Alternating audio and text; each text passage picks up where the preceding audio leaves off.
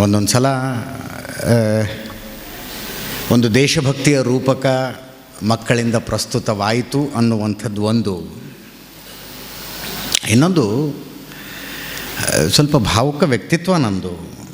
ತುಂಬ ಬೇಗ ಬೇಜಾರು ಆಗುತ್ತೆ, ತುಂಬ ಬೇಗ ಸಂತೋಷವೂ ಆಗುತ್ತೆ, ತುಂಬ ಬೇಗ ಮನಸ್ಸು ತುಂಬಿ ಬಂದುಬಿಡುತ್ತೆ. ಭಾಳ ಸಲ ಭಾಳ ಮಾತುಗಳನ್ನು ಕೇಳ್ತೀವಲ್ಲ, ಭಾಷೆ ಹೆಸರಿನಲ್ಲಿ ಡಿವೈಡ್ ಮಾಡು, ದ್ರಾವಿಡ ಆರ್ಯ ಹೆಸರಿನಲ್ಲಿ ಡಿವೈಡ್ ಮಾಡು, ದಕ್ಷಿಣ ಉತ್ತರದ ಹೆಸರಿನಲ್ಲಿ ಡಿವೈಡ್ ಮಾಡು, ಅವರು ಬೇರೆ ನಾವು ಬೇರೆ, ನಮ್ಮಂಥದ್ದು ಹಿಂಗೆ ಅವ್ರದ್ದು ಹಾಗೆ, ಎಲ್ಲ ಮಾತುಗಳನ್ನು ಕೇಳಿದಾಗ ಈ ದೇಶಕ್ಕೊಂದು ಭವಿಷ್ಯನಾದರೂ ಇದೆಯಾ ಅನ್ನೋ ಸಂಶಯ ಒಂದೊಂದು ಸಲ ಹುಟ್ಟುಬಿಡುತ್ತೆ. ಏನು ನಮ್ಮ ಭವಿಷ್ಯ ಅಂತ. ಇಷ್ಟೊಂದು ನೋಡಿ, ಭರವಸೆ ಯಾಕೆ ಮೂಡುತ್ತೆ ಅನ್ನೋದಕ್ಕೆ ಉದಾಹರಣೆಯಾಗಿ ಹೇಳ್ತಾ ಇದ್ದೀನಿ. ನಾನು ಕೇರಳ ರಾಜ್ಯದಲ್ಲಿದ್ದೀವಿ, ಕಾಸರಗೋಡು ಜಿಲ್ಲೆಯಲ್ಲಿದ್ದೀವಿ, ಮಂಜೇಶ್ವರ ತಾಲೂಕಿನಲ್ಲಿದ್ದೀವಿ, ಉಪ್ಪಳ ಪಟ್ಟಣದಲ್ಲಿದ್ದೀವಿ, ಕೊಂಡೆಯೂರು ಮಠದಲ್ಲಿದ್ದೀವಿ. ಈ ಡಿವಿಷನ್ನಿನ ಮಾತುಗಳನ್ನು, ಭೇದದ ಮಾತುಗಳನ್ನು ಕೇಳಿಸಿಕೊಳ್ಳುವ ಸಂದರ್ಭದಲ್ಲಿ ಈ ಮಠದ ಶಾಲೆಯ ಮಕ್ಕಳು ಈ ವೇದಿಕೆಯ ಮೇಲೆ ಕಾರ್ಗಿಲ್ ವಿಜಯೋತ್ಸವದ ಸಂದರ್ಭದಲ್ಲಿ, ಕಾರ್ಗಿಲ್ ವಿಜಯ್ ದಿವಸ್ ಸಂದರ್ಭದಲ್ಲಿ, ಅಂದರೆ ಕಾಶ್ಮೀರದಲ್ಲಿ ನಡೆದಂಥ ಒಂದು ಯುದ್ಧವನ್ನು ಭಾರತ ಗೆದ್ದುಕೊಂಡಿದ್ದರ 26ನೇ ವಿಜಯೋತ್ಸವದ ಸಂದರ್ಭದಲ್ಲಿ ರೂಪಕವನ್ನು ಪ್ರಸ್ತುತಪಡಿಸ್ತಾರೆ. ಅದರ ಮೊದಲನೆಯ ಹಾಡು ಸಂದೇಸೆ ಆತೆ ಹ್ಯಾಂ. ಸಂದೇಸೆ ಆತೆ ಹ್ಯಾಂ ಬಾರ್ಡರ್ ಸಿನಿಮಾದ ಹಾಡು. ಬಾರ್ಡರ್ ಸಿನಿಮಾ ಬ್ಯಾಟಲ್ ಆಫ್ ಲೋಂಗೆವಾಲಾದ ನಿಜವಾದ ಕಥೆಯನ್ನು ಹೇಳುವ ಸಿನಿಮಾ. ಬ್ಯಾಟಲ್ ಆಫ್ ಲೋಂಗೆವಾಲಾ ನಡೆದದ್ದು ರಾಜಸ್ಥಾನದಲ್ಲಿ. ಕಾಶ್ಮೀರದಲ್ಲಿ ನಡೆದ ಒಂದು ಯುದ್ಧದ ವಿಜಯೋತ್ಸವದ ಕಾರ್ಯಕ್ರಮದಲ್ಲಿ ಕೇರಳದಲ್ಲಿನ ಮಕ್ಕಳು ರಾಜಸ್ಥಾನದ ಯುದ್ಧದ ನಿಜ ಕಥೆಯ ಆಧಾರದ ಮೇಲೆ ನಿರ್ಮಾಣಗೊಂಡಂಥ ಸಿನಿಮಾದ ಹಾಡನ್ನು ಪ್ರದರ್ಶಿಸ್ತಾರೆ. ಈ ಭಾಷೆ ಹೆಸರಿನಲ್ಲಿ ಒಡೆಯೋದು, ದಕ್ಷಿಣ ಉತ್ತರದ ಹೆಸರಿನಲ್ಲಿ ಒಡೆಯೋದು, ಆರ್ಯ ದ್ರಾವಿಡ ಹೆಸರಿನಲ್ಲಿ ಒಡೆಯೋದು ಎಲ್ಲವೂ ವಿಫಲವಾಗ್ತವೆ ಅಂತ ಭರವಸೆ ಮೂಡೋದು. ಆ ಕಾರಣಕ್ಕೆ ಈ ರೂಪಕವನ್ನು ನೋಡಿದಾಗ ಭರವಸೆ ಮೂಡ್ತು ನನಗೆ. ಒಡೆಯುವವರು ಏನೇ ಪ್ರಯತ್ನ ಪಡಿ, ಒಟ್ಟುಗೂಡಿಸುವ ಪೀಳಿಗೆ ಒಂದಿದೆ, ಇಲ್ಲಿ ಒಟ್ಟುಗೂಡಿಸುವ ಪೀಳಿಗೆಯೊಂದಿದೆ, ಅಂಥದ್ದೊಂದು ಭರವಸೆ ಮೂಡ್ತಾ ಇದೆ. ಇಂಥದ್ದೊಂದು ರೂಪಕವನ್ನು ಪ್ರಸ್ತುತಪಡಿಸಿದ್ದಕ್ಕಾಗಿ ನಾನು ಯೋಗಾನಂದ ಸರಸ್ವತಿ ಸ್ವಾಮೀಜಿಗಳು, ಕೊಂಡೆಯೂರು ಮಠ ಮತ್ತು ಅವರ ಸಕಲ ಸಿಬ್ಬಂದಿಗೆ ತುಂಬ ಹೃದಯದಿಂದ ಧನ್ಯವಾದಗಳನ್ನು ಅರ್ಪಿಸ್ತೀನಿ. ತುಂಬ ಹೃದಯದ ಧನ್ಯವಾದಗಳು. ದಯವಿಟ್ಟು ಕ್ಷಮಿಸ್ಬೇಕು. ಹಿಂದೊಂದು 2 ಸಲನೋ 3 ಸಲನೋ ಇಲ್ಲಿಗೆ ಒಂದು ಕಾರ್ಯಕ್ರಮಕ್ಕೆ ಕರೆಯೋ ಪ್ರಯತ್ನ ಭಾಳ ಮಾಡಿದ್ರು. ನಾನು ಏನೇನೋ ಕಾರಣಕ್ಕಾಗಿ ಬ್ಯುಸಿ ಇದ್ದೆ. ಇವತ್ತು ಬಂದು ಇಳಿದ ಮೇಲೆ ಅನ್ನಿಸ್ತು ನನಗೆ, ಇಷ್ಟು ತಡ ಮಾಡಿ ಬಂದು ನಾನು ಇಲ್ಲಿ ಅನ್ನೋ ಪಶ್ಚಾತ್ತಾಪ ಆಯಿತು ನನಗೆ. ತುಂಬ ಬೇಗ ಬರಬೇಕಾಗಿತ್ತು, ನಾನು ಇಲ್ಲಿಗೆ ತುಂಬ ಬೇಗ ಬರಬೇಕಾಗಿತ್ತು. ನೆನ್ನೆ ನಾನು ಆಫೀಸ್ನಲ್ಲಿ ಹೇಳ್ತಿದ್ದೆ, ನಾಳೆ ಸಂಜೆ ಲೇಟಾಗಿ ಬರ್ತೀನಿ ನಾನು ಅಂತ. ಯಾವ ಕಡೆ ಪ್ರಯಾಣ ಅಂದರು ನಮ್ಮ ಸಿಬ್ಬಂದಿ. ನಾನು ಹೇಳಿದೆ, ಕೊಂಡೆಯೂರು ಮಠದಲ್ಲಿ ಕಾರ್ಗಿಲ್ ವಿಜಯ ದಿವಸಕ್ಕೆ ಹೋಗ್ತಾ ಇದ್ದೀನಿ ಅಂತ. ಅವ್ರು ಆಶ್ಚರ್ಯದಕ್ಕೆ, ಏನು ಮಠದಲ್ಲಿ ಕಾರ್ಗಿಲ್ ವಿಜಯೋತ್ಸವನ ಅಂದರು ಅವರು. ಹೌದು ಅಂದೆ. ಮಠದಲ್ಲಿ ಏನು ಕಾರ್ಗಿಲ್ ವಿಜಯೋತ್ಸವ? ಅವರ ಪ್ರಶ್ನೆ ಹೆಂಗಿತ್ತು ಅಂದರೆ, ಪೂಜೆ ಪುನಸ್ಕಾರ ಹೋಮ ಹವನ ಮಾಡ್ಕೊಂಡಿರ್ಬೇಕು ಮಠದಲ್ಲಿ, ಅಲ್ಲೇನು ಯುದ್ಧದ ವಿಜಯೋತ್ಸವ ಆಚರಿಸೋದು ಅನ್ನುವ ಪ್ರಶ್ನೆಯನ್ನು ಅವ್ರು ಕೇಳಿದ್ರು. ಭಾರತೀಯರನ್ನು ಭಾರತದ ಇತಿಹಾಸದಿಂದ ಡಿಸ್ಕನೆಕ್ಟ್ ಮಾಡಲಾಗಿದೆ ಅಂತ ಅನಿಸೋದು ಇದೇ ಕಾರಣಕ್ಕೆ. ಭಾರತದಲ್ಲಿ ಶಾಸ್ತ್ರ ಮತ್ತು ಶಸ್ತ್ರ ಎರಡೂ ಯಾವತ್ತೂ ಪ್ರತ್ಯೇಕ ಆಗಿರಲಿಲ್ಲ. ಶಾಸ್ತ್ರ ಮತ್ತು ಶಸ್ತ್ರ ಎರಡೂ ಪ್ರತ್ಯೇಕ ಆಗಿರಲಿಲ್ಲ. ಅದರಲ್ಲೂ ಶಂಕರಾಚಾರ್ಯರ ನಾಡು ಕೇರಳದಲ್ಲಿ ಯಾವ ಶಂಕರಾಚಾರ್ಯರು ಈ ದೇಶದ ಸಂಸ್ಕೃತಿಯ ಉಳಿವಿಗೆ, ಸನಾತನದ ಉಳಿವಿಗೆ ಮಠ, ದೇವಸ್ಥಾನ, ಸಂಸಾರ ಅವುಗಳ ಪರಿಭಾಷೆಯ ಪೀಠಿಕೆಯನ್ನು ಹಾಕಿಕೊಟ್ಟರು, ಅದೇ ಶಂಕರಾಚಾರ್ಯರು ದಶನಾಮಿ ಅಖಾಡಗಳನ್ನು ನಿರ್ಮಿಸಿದರು. ಧರ್ಮಕ್ಕೆ, ಸಂಸ್ಕೃತಿಗೆ, ಆಚರಣೆಗಳಿಗೆ, ಸಂಪ್ರದಾಯಗಳಿಗೆ ತೊಂದರೆ ಬಂದಾಗಲೆಲ್ಲ ಆ ದಶನಾಮಿ ಅಖಾಡದ ಸಾಧುಗಳು ನಿಂತ್ಕೊಂಡು ಬಡದಾಡಿದ್ದಾರೆ, ಯುದ್ಧಗಳನ್ನು ಮಾಡಿದ್ದಾರೆ. ಸಾಧುಗಳು ನಡೆಸಿದ ಯುದ್ಧದ ಇತಿಹಾಸ ದೊಡ್ಡದಿದೆ ರೀ ಈ ದೇಶದಲ್ಲಿ. ಇಂಥ ಸಂದರ್ಭದಲ್ಲಿ ಕಾರ್ಗಿಲ್ ವಿಜಯೋತ್ಸವ ಒಂದು ಮಠದಲ್ಲಿ ಆಗ್ತಾ ಇದೆ ಅಂದರೆ ಒಂದು ನ್ಯೂಸ್ ಚಾನಲ್ನ ಸಿಬ್ಬಂದಿಗೆ ಆಶ್ಚರ್ಯ ಆಗುತ್ತಂದರೆ ಯೋಚನೆ ಮಾಡಿ, ಎಷ್ಟರ ಮಟ್ಟಿಗೆ ಕತ್ತರಿಸಿರಬಹುದು ಆ ಇತಿಹಾಸದಿಂದ ನಮ್ಮನ್ನು ಅಂತ. ಈ ದೇಶದಲ್ಲಿ ನಾಗಾ ಸಾಧುಗಳು ಅಯೋಧ್ಯೆಯಲ್ಲಿ ಮಾಡಿದ ಹೋರಾಟ, ಕಾಶಿ ಮಥುರಾಗಳಲ್ಲಿ ಮಾಡಿದ ಹೋರಾಟ ಎಂಥದ್ದಿತ್ತು ಅನ್ನೋದನ್ನು ತಿಳ್ಕೋಬೇಕು ಒಂದು ಸಲ ನಾವು. ಶಸ್ತ್ರ ಮತ್ತು ಶಾಸ್ತ್ರ ಅವಿನಾಭಾವ ಸಂಬಂಧ ಇತ್ತು. ಅದೇ ಕಾರಣಕ್ಕೆ ಕೊಂಡೆ ಊರು ಮಠದಿಂದ ಸೈನ್ಯಕ್ಕೆ ಸೇರಿಕೊಳ್ಳುವ ಆಸಕ್ತಿ ಇರುವ ಯುವಕರಿಗೆ ತರಬೇತಿ ಕೊಡಲಾಗುತ್ತೆ ಅಂತ ಹೇಳಿದಾಗ ನನಗೇನೂ ಆಶ್ಚರ್ಯ ಅನ್ನಿಸ್ಲಿಲ್ಲ. ಮತ್ತು ಇತಿಹಾಸದೊಂದಿಗೆ ಬೆರೀತಾ ಇದೆ ಮಠ ಅನ್ನಿಸ್ತು ಅಷ್ಟೇ. ಆಶ್ಚರ್ಯ ಯಾರಿಗಾದರೂ ಆದರೆ ಅವ್ರ ಹಣೆ ಬರೋದು. ನನಗೇನೂ ಆಶ್ಚರ್ಯ ಆಗಲಿಲ್ಲ. ಬಹಳ ಸ್ತುತ್ಯಾರವಾದಂಥ ಕೆಲಸ. ಇತ್ತೀಚೆಗೆ ಅಣ್ಣಾಮಲೈಯವರು ಒಂದು ಮಾತನಾಡಿದ್ದು ಕೇಳಿಕೊಂಡೆ ನಾನು. ಹಿಂದೊಂದು ವೇದಿಕೆಯ ಮೇಲೂ ಪ್ರಸ್ತಾಪ ಮಾಡಿದೆ. ಸಮಾಜದಲ್ಲಿ ನಾವು ಏನೇನೋ ಗಳಿಸಿರ್ತೀವಿ, ಹಣ, ಪ್ರತಿಷ್ಠೆ, ಆಸ್ತಿ, ವಾಹನ, ಕಟ್ಟಡಗಳು, ಕಚೇರಿಗಳು, ಬ್ಯಾಂಕ್ ಬ್ಯಾಲೆನ್ಸ್ಗಳು, ಏನೇನೋ ಗಳಿಸಿರ್ತೀವಿ. ಅದು ಎಲ್ಲದಕ್ಕೂ ಎಲ್ಲಿಯ ತನಕ ಬೆಲೆ ಅಂದರೆ ನಾವು ಸುರಕ್ಷಿತರಾಗಿರೋ ತನಕ ಅಷ್ಟೇ. ದೇಶ ಸುರಕ್ಷಿತವಾಗಿರೋ ತನಕ ಅಷ್ಟೇ. ಒಂದು ಸಲ ನಮ್ಮ ಪ್ರಾಣಕ್ಕೆ ರಕ್ಷಣೆ ಇಲ್ಲ ಅಂತ ಆಗ್ಬಿಟ್ರೆ ನಮ್ಮ ಕೋಟ್ಯಾಂತರದ ಆಸ್ತಿ, ಹಡಗನಂಥ ಕಾರು, ಶ್ರೀಲಂಕಾದಂಥ ಮನೆ, ಯಾವುದಕ್ಕೂ ನಯಾ ಪೈಸೆ ಕಿಮ್ಮತ್ತಿಲ್ಲ. ಯಾವುದಕ್ಕೂ ನಯಾ ಪೈಸೆ ಕಿಮ್ಮತ್ತಿಲ್ಲ. ಎಷ್ಟೇ ದೊಡ್ಡ ಮಠ ಕಟ್ರಿ, ದೇವಸ್ಥಾನ ಕಟ್ರಿ, ಸುರಕ್ಷತೆ ಅನ್ನೋದು ಅಂತಿಮ. That is the ultimate. ತುಂಬ ಸುರಕ್ಷಿತವಾಗಿರುವ ದೇಶದಲ್ಲಿ ಸ್ವಲ್ಪ ಬಡತನ, ಸ್ವಲ್ಪ ಹಸಿವು, ಸ್ವಲ್ಪ ಅನಕ್ಷರತೆ, ಓಕೆ, ನಾವಿರ್ತೀವಿ. ಸುರಕ್ಷತೆ ಅನ್ನೋದು ಅಲ್ಟಿಮೇಟು. ಅಣ್ಣಾಮಲೈ ಹೇಳಿದಂಥ ಈ ಮಾತು ನನಗೆ ಯಾಕೆ ಸತ್ಯ ಅನಿಸುತ್ತೆ ಅಂದರೆ ಅಂಥ ಅಸುರಕ್ಷಿತ ದೇಶಗಳನ್ನು ನಾನು ನೋಡಿ ಬಂದಿದ್ದೀನಿ. ಆ ದೇಶಗಳ ರಣರಂಗದಲ್ಲಿ ನಿಂತ್ಕೊಂಡು ನಾನು ವರದಿ ಮಾಡಿದ್ದೀನಿ. ಬ್ಯಾಟಲ್ ಫೀಲ್ಡ್ನಲ್ಲಿ ನಿಂತ್ಕೊಂಡು ನಾನು ವರದಿ ಮಾಡಿದ್ದೀನಿ. ನನಗೆ ಗೊತ್ತು ಅಲ್ಲಿನ ಹಣೆ ಬರಹ ಏನು ಅಂತ. ಅಂಥ ಸುರಕ್ಷತೆಯನ್ನು ನಿರ್ಮಾಣ ಮಾಡಿದ್ಯಾರು ಅಂದರೆ, ಯಾವತ್ತಾದರೂ ದಿಲ್ಲಿಗೆ ಹೋದರೆ ಆ ಸೈನಿಕ ಸ್ಮಾರಕ ಒಂದು ಸಲ ಹೋಗಿ ಬನ್ನಿ. ಸ್ಮಾರಕಕ್ಕೆ 23,000 ಹೆಸರುಗಳಿದ್ದಾವೆ. ಅದರ ಮೇಲೆ 23,000 ಮಾರ್ಟೈರ್ಸ್, 23,000 ಹುತಾತ್ಮರು. ಭಾರತಕ್ಕೆ ಸ್ವಾತಂತ್ರ್ಯ ಬಂದ ನಂತರ ಸ್ವತಂತ್ರ ಭಾರತದ ಸೇನೆಯಲ್ಲಿ ಪ್ರಾಣಾರ್ಪಣೆಗೈದಂಥ 23,000 ಯೋಧರ ಹೆಸರುಗಳನ್ನು ಕೆತ್ತಿಡಲಾಗಿದೆ. ಅವರ ಕಾರಣಕ್ಕಾಗಿ, ಅವರ ತ್ಯಾಗ ಬಲಿದಾನದ ಕಾರಣಕ್ಕಾಗಿ ಇವತ್ತು ಹಿಂಗೆ ಕೂತ್ಕೊಂಡು ಒಂದು ಕಾರ್ಯಕ್ರಮ ಮಾಡೋದಕ್ಕೆ ಸಾಧ್ಯ ಆಗ್ತಿರೋದು ನಾವು. ಅವರ ತ್ಯಾಗ ಬಲಿದಾನದ ಕಾರಣಕ್ಕಾಗಿ. ತುಂಬ ಕಡೆ ಹೇಳ್ತೀನಿ ನಾನು, ಸ್ವಾತಂತ್ರ್ಯ ಯಾವತ್ತೂ ಸುಮ್ಮನೆ ಬರೋದಿಲ್ಲ, ಪುಗ್ಸಟ್ಟೆ ಬರೋದಿಲ್ಲ ಸ್ವಾತಂತ್ರ್ಯ. ಅದಕ್ಕೊಂದು ಬೆಲೆ ತರಬೇಕಾಗತ್ತೆ. ಡೇಲ್ ಕಾರ್ನೆಗಿ ಅನ್ನುವ ಲೇಖಕ ಹೇಳ್ತಾನೆ, ನಿಮಗೆ ಏನು ಬೇಕು ಹೇಳ್ರಿ ಜಗತ್ತಿನಲ್ಲಿ, ಅದು ರೆಡಿಯಾಗಿದೆ. Pay the price and take it ಅಂತ. Pay the price and take it. Independence has got its own price. ಸ್ವಾತಂತ್ರ್ಯಕ್ಕೂ ಅದರದೇ ಆದ ಬೆಲೆ ಇದೆ. ಆ ಬೆಲೆ ತೆತ್ತ ನಂತರ ಬಂದಿರುವುದು ಸ್ವಾತಂತ್ರ್ಯ.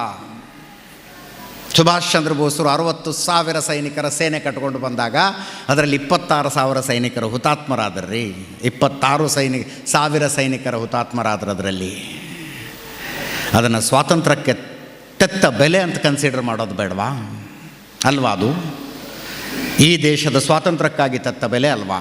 ಅಂಥ ಎಷ್ಟು ಬಲಿದಾನಗಳ ಕಥೆಗಳನ್ನು ಹೇಳಲಿ ನಾನು. ಅಂಥ ಬಲಿದಾನದ ನಂತರ ನಮಗೊಂದು ಸ್ವಾತಂತ್ರ್ಯ ಬಂತು.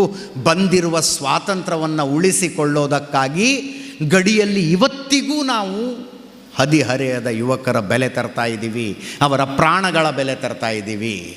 ಅಂಥ 23,000 ಯೋಧರ ಹೆಸರುಗಳನ್ನು ಹುತಾತ್ಮ ಸೈನಿಕ ಸ್ಮಾರಕದಲ್ಲಿ ಕೆತ್ತಿಡಲಾಗಿದೆ. ಯಾವತ್ತಾದರೂ ದಿಲ್ಲಿಗೆ ಹೋದರೆ ನೋಡಿಕೊಂಡು ಬನ್ನಿ. ಅವರ ಪ್ರಾಣಾರ್ಪಣೆಗೈದದ್ದು ಯಾವುದಕ್ಕೆ ಅಂದರೆ ನಾವು ನೀವು ಹಿಂಗೆ ಆರಾಮಾಗಿರಬೇಕು ಅನ್ನುವ ಕಾರಣಕ್ಕಾಗಿ. ಹಿಂಗೆ ಆರಾಮಾಗಿರಬೇಕು ಅನ್ನುವ ಕಾರಣಕ್ಕಾಗಿ ಅಂಥ ಸೈನಿಕರನ್ನು, ಆ ವೀರ ಯೋಧರನ್ನು ಕಾರ್ಗಿಲ್ ವಿಜಯೋತ್ಸವದ 26ನೇ ವರ್ಷದ ದಿನ ಸ್ಮರಿಸಿಕೊಳ್ತಾ ಇದ್ದೀವಿ. ಇದೊಂದು ಕೃತಜ್ಞ ಸಮಾಜದ ಲಕ್ಷಣ. ಒಂದು ಸೊಸೈಟಿಗೆ ಥ್ಯಾಂಕ್ಫುಲ್ ಆಗಿದೆ ಹುತಾತ್ಮ ಯೋಧರ ಬಗೆಗೆ ಅನ್ನುವುದರ ಲಕ್ಷಣ ಇದು. ಈ ರೀತಿ ಅಮರ್ ಜವಾನ್ ಸ್ಮಾರಕದ ಪ್ರತಿಕೃತಿಗಳಿಗೆ ಅನೇಕ ಕಡೆಗಳಲ್ಲಿ ನಾನು ಗೌರವ ಕೊಟ್ಟಿದ್ದೀನಿ. ಅನೇಕ ಕಡೆಗಳಲ್ಲಿ ಹೀಗೆ ಗೌರವ ಕೊಡುವಾಗಲೆಲ್ಲ 2012 ಮುಂಬೈ ಆಜಾದ್ ಮೈದಾನದ ಘಟನೆ ನನಗೆ ನೆನಪಾಗತ್ತೆ. 2012 ಮುಂಬೈ ಆಜಾದ್ ಮೈದಾನದ ಘಟನೆ. ಯಾವುದೋ ಕಾರಣಕ್ಕೆ ಎಲ್ಲೋ ಯಾರಿಗೋ ಏನೋ ಆಗಿದೆ ಅನ್ನೋ ಕಾರಣಕ್ಕೆ ಮುಂಬೈನಲ್ಲಿ ಪ್ರತಿಭಟನೆ ಮಾಡ್ತಾ ಇದ್ದಂಥವರು ಈ ಅಮರ್ ಜವಾನ್ ಸ್ಮಾರಕವನ್ನು ಜಾಡಿಸಿ ಕಾಲಲ್ಲಿ ಹೋದ್ರು. ಜಾಡಿಸಿ ಕಾಲಲ್ಲಿ ಹೋದ್ರು ಈ ಅಮರ್ ಜವಾನ್ ಸ್ಮಾರಕವನ್ನು. ಅವತ್ತೂ ಅನಿಸಿತ್ತು ನನಗೆ, ಈ ದೇಶಕ್ಕೆ ಏನಾದ್ರು ಭವಿಷ್ಯ ಇದೆಯಾ?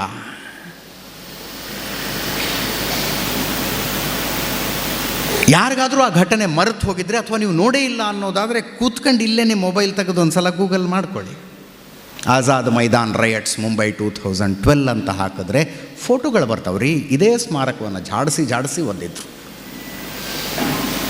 ಅವತ್ತು ಅನಿಸಿತ್ತು ನನಗೆ, ಭವಿಷ್ಯ ಏನು ನಮ್ಮದು ಅಂತ. ಆ ಫೋಟೋಗಳನ್ನು ನೋಡಿದಾಗಲೆಲ್ಲ ಅನಿಸುತ್ತೆ, ನನ್ನ ಮಕ್ಕಳು ಈ ದೇಶದಲ್ಲಿ ಒಂದು ಸುಭದ್ರವಾದ ಭವಿಷ್ಯದೊಂದಿಗೆ ಬದುಕಬಲ್ಲರ ಅನ್ನುವ ಸಂಶಯ ಬರುತ್ತೆ ನನಗೆ. ಆದರೆ ಅಂಥ 100 ಸವಾಲುಗಳನ್ನು ಎದುರಿಸಿ ಇವತ್ತಿಗೂ ನಿಂತಿರುವಂಥದ್ದು ಈ ದೇಶ. ಯಾರೋ ಕವಿ ಬರೀತಾರೆ, ಯುನಾನ್ ಮಿಸ್ರ ರೋಮ್ ಸಬ್ ಮಿಟ್ ಗಯೇ ಜಹಾಂ ಸೆ, ಯುನಾನ್ ಮಿಸ್ರ ರೋಮ್ ಸಬ್ ಮಿಟ್ ಗಯೇ ಜಹಾಂ ಸೆ, ಬಾಕಿ ಅಬ್ ತಕ್ ಹೈ ನಾಮೋ ನಿಶಾ ಹಮಾರಾ. ಆ ದೇಶಗಳೆಲ್ಲ ನಶಿಸಿ ಹೋದರೂ, ನಾಮಾವಶೇಷವಾದರೂ ಇನ್ನೂ ತನಕ ನಮ್ಮ ಅಸ್ತಿತ್ವ ಉಳ್ಕೊಂಡಿದೆ. ಹಸ್ತಿ ಮಿಟ್ತಿ ನಹಿ ಹಮಾರಿ, ನಮ್ಮ ಅಸ್ತಿತ್ವ ಅಳಿಯುವಂಥದ್ದಲ್ಲ.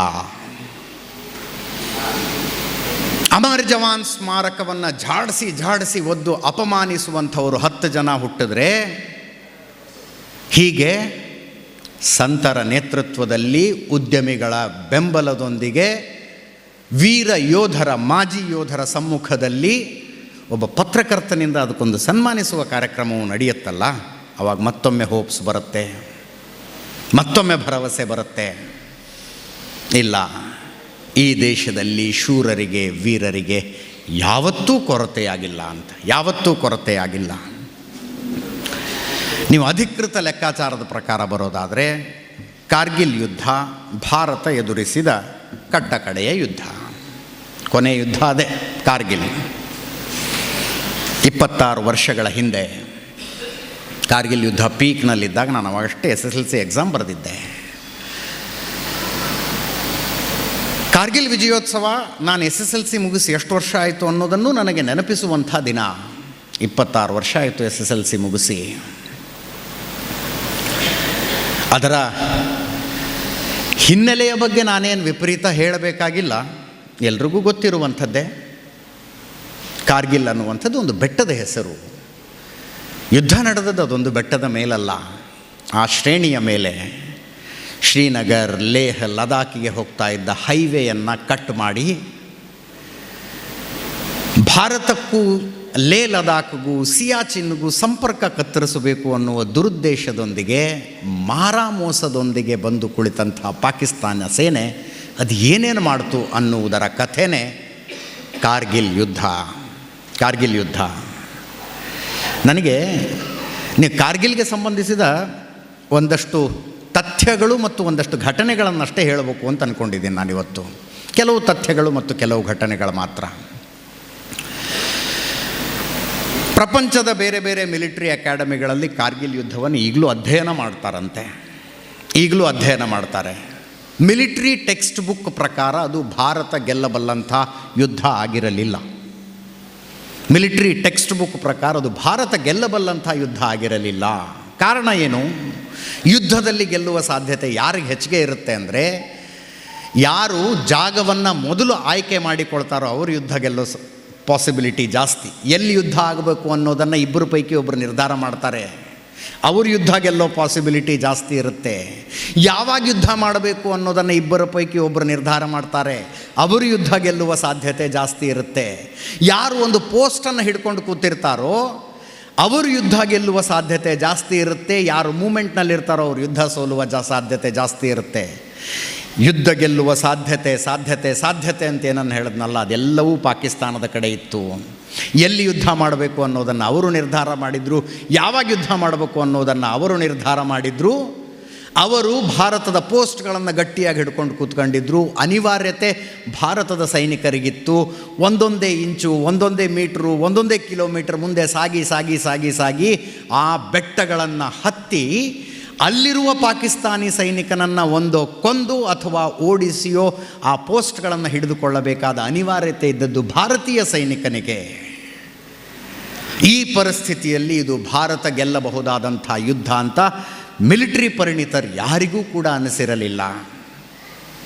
ಆದರೆ 550 ಸೈನಿಕರ ಆಸುಪಾಸಿನ ಬಲಿದಾನವನ್ನು ಕೊಟ್ಟು ಭಾರತ ಆ ಯುದ್ಧವನ್ನು ಗೆದ್ದುಕೊಂಡು ಇವತ್ತಿಗೂ ಕೂಡ ಅದನ್ನು ಅಧ್ಯಯನ ಮಾಡಲಾಗತ್ತೆ. ಇದು ಶೌರ್ಯ ಅಲ್ಲದೆ ಹೋದರೆ ಇನ್ನೇನೂ ಅಲ್ಲ. ಶೌರ್ಯ, ನೀವು ಆಯುಧಗಳೇನೇನು ಬಳಸಿದ್ರು, ವಾಯುಸೇನೆಯ ಸಹಾಯ, ಅದೆಲ್ಲವೂ ಸೆಕೆಂಡರಿ. ಎದೆಯಲ್ಲಿನ ಶೌರ್ಯ ಮಾತ್ರ ಆ ಯುದ್ಧವನ್ನು ಗೆಲ್ಲೋದಕ್ಕೆ ಸಾಧ್ಯ ಇತ್ತು. ಅಂಥ ಯುದ್ಧವನ್ನು ಭಾರತ ಗೆದ್ದು ತೋರಿಸ್ತು. ನನಗೆ ಯುದ್ಧ ಅಂದ ತಕ್ಷಣ ಬ್ರಿಗೇಡಿಯರ್ ಜಾನ್ ಪಿ ದಳವಿ ಅವರು ಬರೆದಿರುವಂಥ ಹಿಮಾಲಯನ್ ಬ್ಲಂಡರ್ ಪುಸ್ತಕ ನೆನಪಾಗತ್ತೆ. ಅದರ ಮುನ್ನುಡಿಯಲ್ಲೇ ಬ್ರಿಗೇಡಿಯರ್ ಜಾನ್ ಪಿ ದಳವಿ ಬರೀತಾರೆ, ಒಂದು ಯುದ್ಧ ಅಂದರೆ ಕೇವಲ ಮಿಲಿಟ್ರಿ ಎಷ್ಟರ ಮಟ್ಟಿಗೆ ತಯಾರಾಗಿತ್ತು, ಆಯುಧಗಳನ್ನು ಎಷ್ಟರ ಮಟ್ಟಿಗೆ ತಗೊಂಡಿದ್ರು, ಸೈನಿಕರು ಎಷ್ಟರ ಮಟ್ಟಿಗೆ ಮಾನಸಿಕವಾಗಿ ತಯಾರಾಗಿದ್ದರು ಅಂತಲ್ಲ. ಒಂದು ಯುದ್ಧ ಅಂದರೆ ಆ ಯುದ್ಧವನ್ನು ಎದುರಿಸೋದಕ್ಕೆ ದೇಶ ಮಾನಸಿಕವಾಗಿ ಎಷ್ಟರ ಮಟ್ಟಿಗೆ ತಯಾರಾಗಿತ್ತು ಅನ್ನೋದು ಕೂಡ ಬಹಳ ಮುಖ್ಯ ಆಗತ್ತೆ. ಹಾಗೆ ತಯಾರು ಮಾಡುವ ಕೆಲಸದಲ್ಲಿ ಮಾಧ್ಯಮಗಳ ಜವಾಬ್ದಾರಿ ತುಂಬ ದೊಡ್ಡದು ಅಂತ ಬರೆದಿದ್ರು ಅವರು. ಮಾಧ್ಯಮಗಳ ಜವಾಬ್ದಾರಿ ತುಂಬ ದೊಡ್ಡದು ಅಂತ. ಸ್ವಲ್ಪ ಡಿವಿಯೇಷನ್ ಆಗಿ 1962 ಭಾರತ ಚೀನಾ ಯುದ್ಧಕ್ಕೆ ಹೋಗ್ತಾ ಇದ್ದೇನೆ ನಾನು. ಬ್ರಿಗೇಡಿಯರ್ ಜಾನ್ ಪಿ ದಳವಿ ಬರೆದರು, ಭಾರತ ಯಾಕೆ ಅಷ್ಟು ಹೀನಾಯವಾಗಿ ಆ ಯುದ್ಧದಲ್ಲಿ ಸೋತು ಬಿಡ್ತು, ಯಾಕೆ ಭಾರತೀಯ ಸೈನಿಕರು ಬಂದೂಕೆತ್ಕೊಂಡು ಹೋಗಿ ಸರೆಂಡರ್ ಆಗೋ ಪರಿಸ್ಥಿತಿಗೆ ಬಂತು ಅಂತ ಹೇಳುವಾಗ ಮಿಲಿಟ್ರಿಯಲ್ಲಾದ ತಪ್ಪುಗಳನ್ನು ಬರಿತಾ ಭಾರತೀಯ ಮಾಧ್ಯಮಗಳು ಏನು ತಪ್ಪು ಮಾಡಿದ್ವು ಅನ್ನೋದನ್ನು ಬರೆದ್ರು ಅವರು. ಭಾರತೀಯ ಮಾಧ್ಯಮಗಳು ಏನು ತಪ್ಪು ಮಾಡಿದ್ವು ಅಂತ. ಹಿಂದಿ ಚೀನಿ ಭಾಯಿ ಹಿಂದಿ ಚೀನಿ ಭಾಯಿ ಅದೊಂದು ಸಮೂಹ ಸನ್ನಿಯನ್ನು ಕ್ರಿಯೇಟ್ ಮಾಡಿಬಿಟ್ಟಿದ್ವು ಮಾಧ್ಯಮಗಳು ಅಂತ. ಸತ್ಯವಾದ ಮಾತನ್ನಿಸ್ತು ಅದು.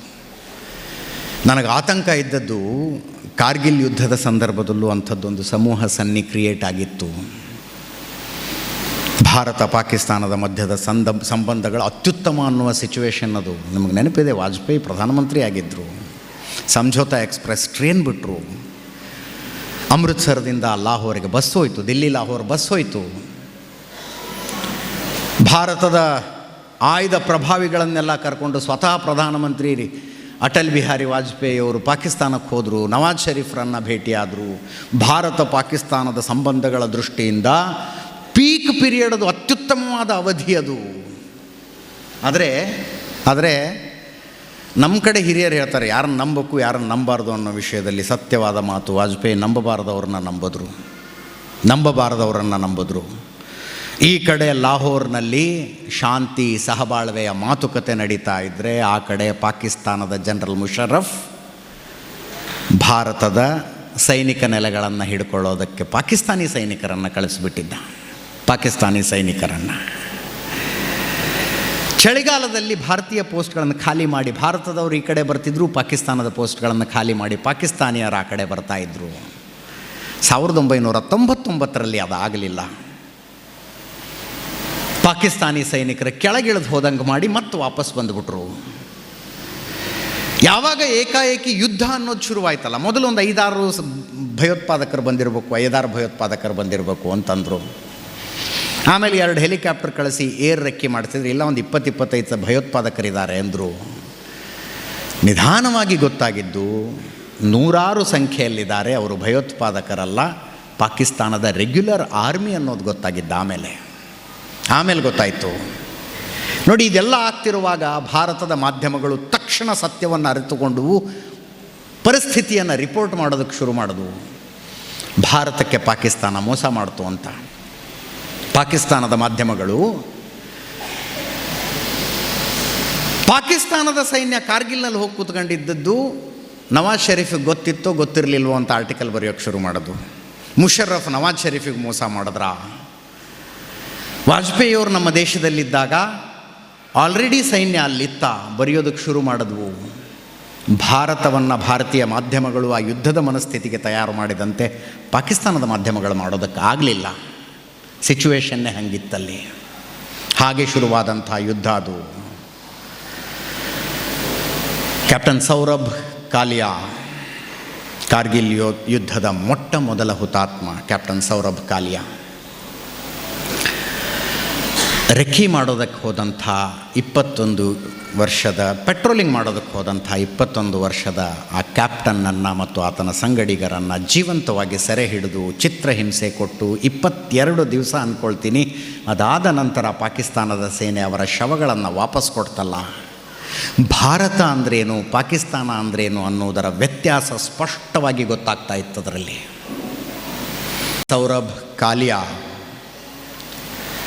ಆತನ ಕಣ್ಣು ಗುಡ್ಡೆ ಕೀಳಲಾಗಿತ್ತು, ಕಿವಿಯೊಳಗೆ ಕಾಯ್ದ ಕಬ್ಬಿಣದ ಸಲಾಕೆಯನ್ನು ತುರುಕಿದ್ರು, ಇಕ್ಕಳದಿಂದ ಒಂದೊಂದೇ ಹಲ್ಲುಗಳನ್ನು ಕೀಳಲಾಗಿತ್ತು, ಇಕ್ಕಳದಿಂದ ಆತನ ಉಗುರನ್ನು ಕೆತ್ತಿದ್ರು, ಆತನ ಮೈ ತುಂಬ ಸಿಗರೇಟ್ನಿಂದ ಸುಟ್ಟ ಗಾಯದ ಗುರುತುಗಳಿದ್ದವು. ಆ ಸ್ಥಿತಿಯಲ್ಲಿ ಸೌರಭ್ ಕಾಲಿಯಾ ಶವವನ್ನು ಪಾಕಿಸ್ತಾನದವರು ಭಾರತೀಯರಿಗೆ ವಾಪಸ್ ಕೊಡ್ತಾರೆ. ಟೈಗರ್ ಹಿಲ್ ಯುದ್ಧ ಆಗುತ್ತೆ. ಟೈಗರ್ ಹಿಲ್ಲನ್ನು ವಶಪಡಿಸಿಕೊಳ್ಳೋದಕ್ಕೆ ನಡೆದ ಕದನ, ಅದರಲ್ಲಿ ಭಾರತೀಯ ಸೈನಿಕರು ಪಾಕಿಸ್ತಾನದ 12 ಸೈನಿಕರನ್ನು ಕೊಲ್ತಾರೆ. ನಿಮ್ಮ ಸೈನಿಕರು ಸತ್ತೋಗಿದ್ದಾರೆ, ಬಂದು ಶವ ತಗೊಂಡೋಗಿ ಅಂದರೆ ನಮಗೂ ಅವ್ರಿಗೂ ಸಂಬಂಧನೇ ಇಲ್ಲ ಅಂದ್ಬಿಡ್ತು ಪಾಕಿಸ್ತಾನ. ಅವ್ರು ಯಾರೋ ಮುಜಾಹಿದ್ದೀನ್ಗಳು, ನಮ್ಮ ಸೈನಿಕರೇ ಅಲ್ಲ ಅಂದ್ಬಿಡ್ತು ಪಾಕಿಸ್ತಾನ. ಭಾರತೀಯ ಸೇನೆ 12 ಪಾಕಿಸ್ತಾನದ ಧ್ವಜಗಳನ್ನು ತಗೊಂಡೋಗುತ್ತಲ್ಲಿ ಟೈಗರ್ ಹಿಲ್ ಮೇಲೆ.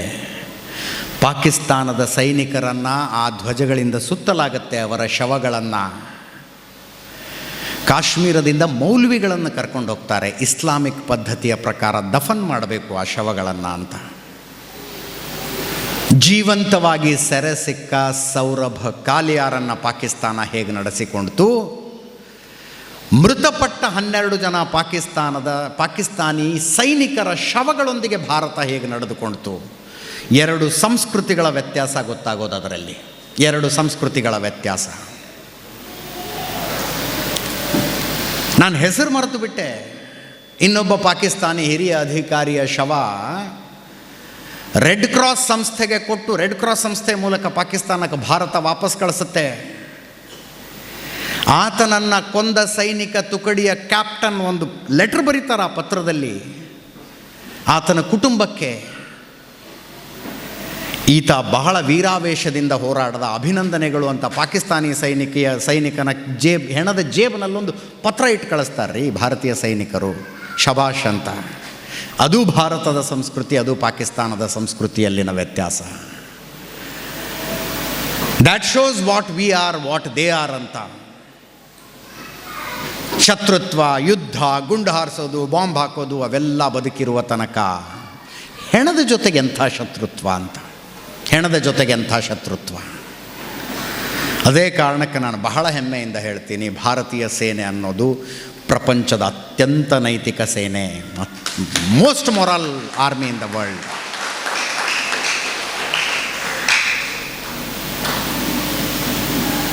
ಕಾರ್ಗಿಲ್ ಯುದ್ಧದ ಹುತಾತ್ಮ ಯೋಧರ ಪೈಕಿ ನನಗೆ ಇವತ್ತಿಗೂ ಕಣ್ಣು ಮುಚ್ಚಿದ್ರು ಅದರ ಕಲ್ಪನೆ ಮಾಡಿಕೊಳ್ಳುವಂಥದ್ದು ನಾನು ಗ್ರೆನೇಡಿಯರ್ ಯೋಗಿಂದರ್ ಸಿಂಗ್ ಯಾದವ್.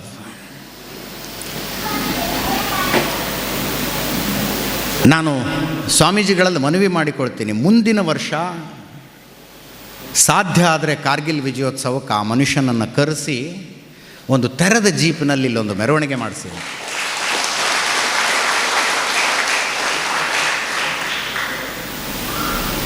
ಪರಮವೀರ ಚಕ್ರ ಗ್ರೆನೇಡಿಯರ್ ಯೋಗಿಂದರ್ ಸಿಂಗ್ ಯಾದವ್.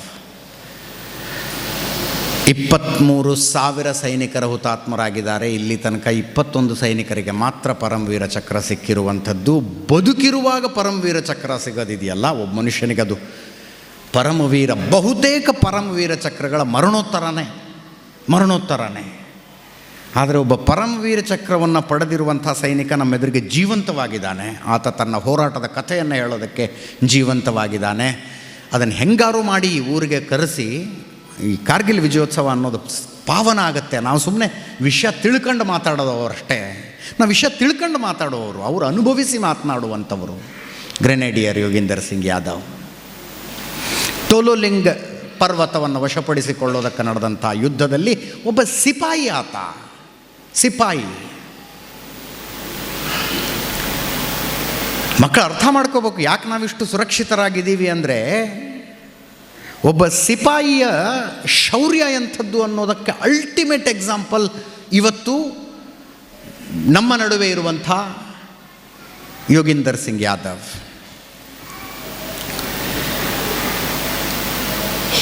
ಆತ ಸೈನ್ಯಕ್ಕೆ ಸೇರಿಕೊಂಡಾಗ 17.5 ವರ್ಷ ಅವನಿಗೆ ವಯಸ್ಸು.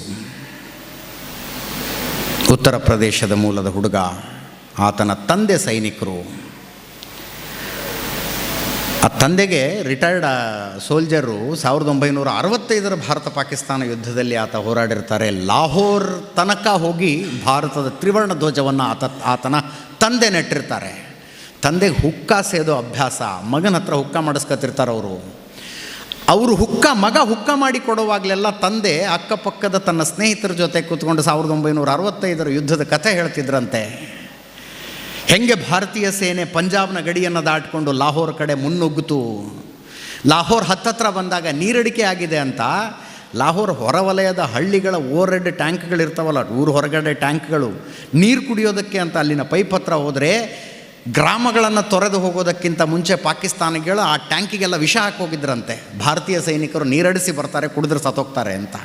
ಆ ಕಥೆಗಳನ್ನು ತಂದೆ ಹೇಳ್ತಾ ಇದ್ದರೆ ಈ ಸಣ್ಣ ಹುಡುಗನಿಗೆ ಅನ್ನಿಸ್ತಾ ಇತ್ತು, ದೊಡ್ಡವನಾದ ಮೇಲೆ ನಾನು ಮಿಲ್ಟ್ರಿಗೆ ಹೋಗ್ಬೇಕು ಅನ್ನಿಸ್ತಿತ್ತಂತೆ.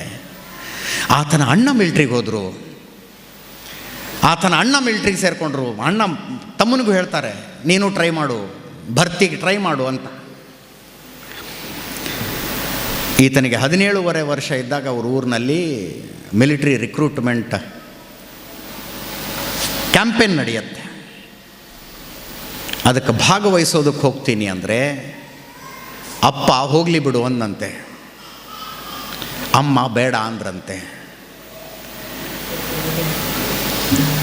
ಅವರ ಹಿರಿಯ ಮಗ 15 ಪ್ರಯತ್ನಗಳ ನಂತರ 16ನೇ ಸಲ ಮಿಲಿಟ್ರಿಗೆ ಸೆಲೆಕ್ಟ್ ಆಗಿದ್ದರು. 17 ಸಲ ಟ್ರೈ ಮಾಡಿದ್ರು ಅವರು ಮಿಲಿಟ್ರಿ ಭರ್ತಿಯ ರ್ಯಾಲಿಗಳಲ್ಲಿ. 16ನೇ ಸಲಕ್ಕೆ ಸೆಲೆಕ್ಟ್ ಆಗಿದ್ರು.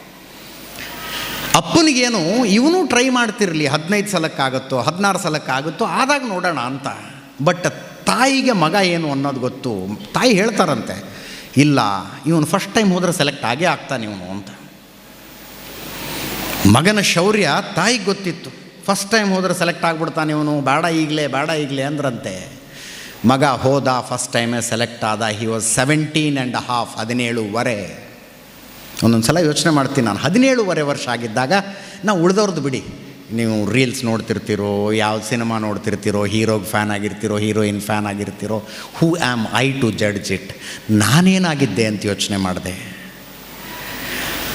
ಒಂದು ಮಿಲಿಟ್ರಿ ಭರ್ತಿಯ ರ್ಯಾಲಿಗೆ ಹೋಗಿ ಮಿಲಿಟ್ರಿಗೆ ಸೇರಿಕೊಂಡು ಒಂದು ರಣರಂಗದಲ್ಲಿ ನಿಲ್ಲುವ ಪ್ರಬುದ್ಧತೆಗೆ ನಾನು ಬಂದಿದ್ನಾ? I am unable to decide. Kargil ಯುದ್ಧ ನಡೆದಾಗ ನನಗೆ SLC, ಆ ಯುದ್ಧದ ಹುರುಪಿನಲ್ಲಿ ಹುಬ್ಬಳ್ಳಿಯಲ್ಲಿ ಏರ್ಫೋರ್ಸ್ನ ರಿಕ್ರೂಟ್ಮೆಂಟ್ ರ್ಯಾಲಿ ನಡೆದಾಗ, ಏರ್ಮನ್ ಎಂಟ್ರೆನ್ಸ್ ಎಕ್ಸಾಮ್ ನಡೆದಾಗ ನಾವು ಹೋಗಿ ಎಕ್ಸಾಮ್ ಬರೆದಿದ್ದೆ ಅದನ್ನು. ಅಷ್ಟು ಹುರುಪಿನಲ್ಲಿದ್ವಿ ನಾವು ಕಾರ್ಗಿಲ್ ಯುದ್ಧ ನಡೆದಾಗ. ಗೊತ್ತಿಲ್ಲ ಮುಂದೆ ಏನಾಗ್ತಿತ್ತೋ ಬಿಡ್ತಿತ್ತೋ. ಬಟ್ 17.5 ವಯಸ್ಸಿನಲ್ಲಿ PUC first year, second year, ನಾನು ನನ್ನ ಬರ್ಡೇಗೆ ಜೀನ್ಸ್ ಪ್ಯಾಂಟ್ ಸಿಕ್ಕಿಲ್ಲ ಅಂತ ನಮ್ಮ ಅಪ್ಪ ಅಮ್ಮನ ಜೊತೆ ಜಗಳ ಮಾಡ್ತಾ ಇದ್ದೆ. ನನಗೆ ಕಾಲೇಜಿಗೆ ಒಂದು ದಿನಕ್ಕೆ 10 ರೂಪಾಯಿ ಪಾಕೆಟ್ ಮನಿ ಬೇಕು ಅಂತ ನಮ್ಮ ತಂದೆ ಜೊತೆಗೆ ಜಗಳ ಆಡ್ತಿದ್ದೆ. ನಾನು ಚಂದ ಬರವಣಿಗೆ ಇತ್ತು ನನಗೆ. ನಮ್ಮ ಕ್ಲಾಸ್ನಲ್ಲಿ ಯಾರ್ಯಾರೋ ಬಂದು ನನ್ನ ಹತ್ರ ಲವ್ ಲೆಟರ್ಗಳನ್ನು ಬರೆಸ್ಕೊಂಡು ಹೋಗ್ತಾಯಿದ್ರು. ಅದನ್ನು ದೊಡ್ಡ ಸಾಧನೆ ಅನ್ಕೊಂಡ್ಬಿಟ್ಟಿದ್ದೆ ನಾನು. ಹುಡುಗರಿಗೆ ಬರೆದು ಕೊಡೋದು. ಒಂದು ಪ್ಲೇಟ್ ಇಡ್ಲಿ ಕೊಡಿಸ್ತಿದ್ರು ನನಗೆ. ಅದನ್ನೇ ಸಾಧನೆ ಅಂದ್ಕೊಂಡು ಬಿಟ್ಟಿದ್ದೆ. ಆ ವಯಸ್ಸಿನಲ್ಲಿ ನಾವು ಅದನ್ನೆಲ್ಲ ಮಾಡ್ತಿದ್ದಾಗ, ನೀವುಗಳು ಇನ್ನೇನೋ ಮಾಡ್ತಾ ಇದ್ದಾಗ, ಬ್ರಿಗೇಡಿಯರ್ ಯೋಗೀಂದರ್ ಯಾದವ್ ಮಿಲಿಟ್ರಿ ಭರ್ತಿಯ ರ್ಯಾಲಿಗೆ ಸೇರಿಕೊಂಡು 1 ವರ್ಷದ ಟ್ರೈನಿಂಗ್ ಮುಗಿಸಿದ್ರು. 18.5 ವರ್ಷದಲ್ಲಿ ಮೊದಲನೇ ಸಲ ಕಾಶ್ಮೀರಕ್ಕೆ ಪೋಸ್ಟಿಂಗ್ ಆದ 2 ತಿಂಗಳಲ್ಲಿ ಕಾರ್ಗಿಲ್ ಯುದ್ಧ ಶುರುವಾಯಿತು. ಕಾರ್ಗಿಲ್ ಯುದ್ಧ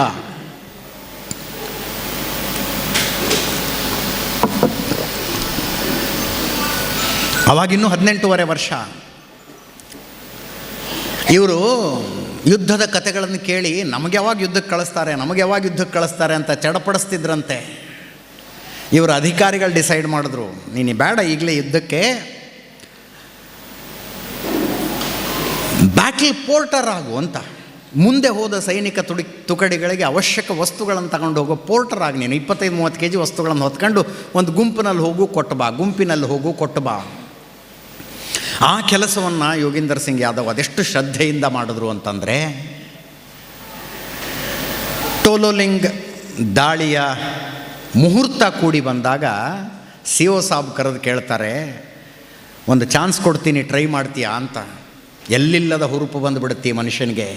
21 ಜನರ ತುಕಡಿಯ ಭಾಗವಾಗಿ ಗನ್ ಹಿಡ್ಕೊಂಡು ಹೋಗ್ತಾರೆ ಮೇಲೆ. ಅಂಥ ಶೌರ್ಯದ ಕಥೆಯನ್ನು ನಾನು ಫಸ್ಟ್ ಪರ್ಸನ್ ಅಕೌಂಟನ್ನು ಲೈಫ್ನಲ್ಲಿ ಇನ್ನೂ ತನಕ ಕೇಳಿಲ್ಲ. 21 ಜನರ ತುಕಡಿಯ ಭಾಗವಾಗಿ ಹೋಗ್ತಾರೆ. ಒಂದು ಕಡೆ ಕಡಿದಾದ ಬೆಟ್ಟ ಬರುತ್ತೆ. ಆ ಕಡಿದಾದ ಬೆಟ್ಟವನ್ನು ಹತ್ತೋದಕ್ಕೆ ಶುರು ಮಾಡ್ತಾರೆ. ಮೊದಲು 7 ಜನ ಹತ್ತಾರೆ. ಆ 7 ಜನದಲ್ಲಿ ಯೋಗೀಂದರ್ ಸಿಂಗ್ ಯಾದವ್ ಕೂಡ ಒಬ್ಬರು. 7 ಜನ ಹತ್ತಿ 8ನೇವನು ಮೇಲೆ ಬರಬೇಕು ಅನ್ನೋಷ್ಟೊತ್ತಿಗೆ ಮೇಲಿನಿಂದ 2 ಕಡೆಯಿಂದ ಗುಂಡಿನ ದಾಳಿ ಶುರುವಾಗುತ್ತೆ. 2 ಕಡೆಯಿಂದ ಗುಂಡಿನ ದಾಳಿ. ನೋಡ್ತಾ ಇದ್ದಂತೆ ಇವರ ಜೊತೆಗಿರೋರೆಲ್ಲ ಸತ್ತೋಗ್ಬಿಡ್ತಾರೆ. ಆ ಸಾವುಗಳನ್ನು ಆತ ವ್ಯಕ್ತಿ ವಿವರಿಸುವುದನ್ನು ನೋಡ್ಬೇಕು ನೀವು.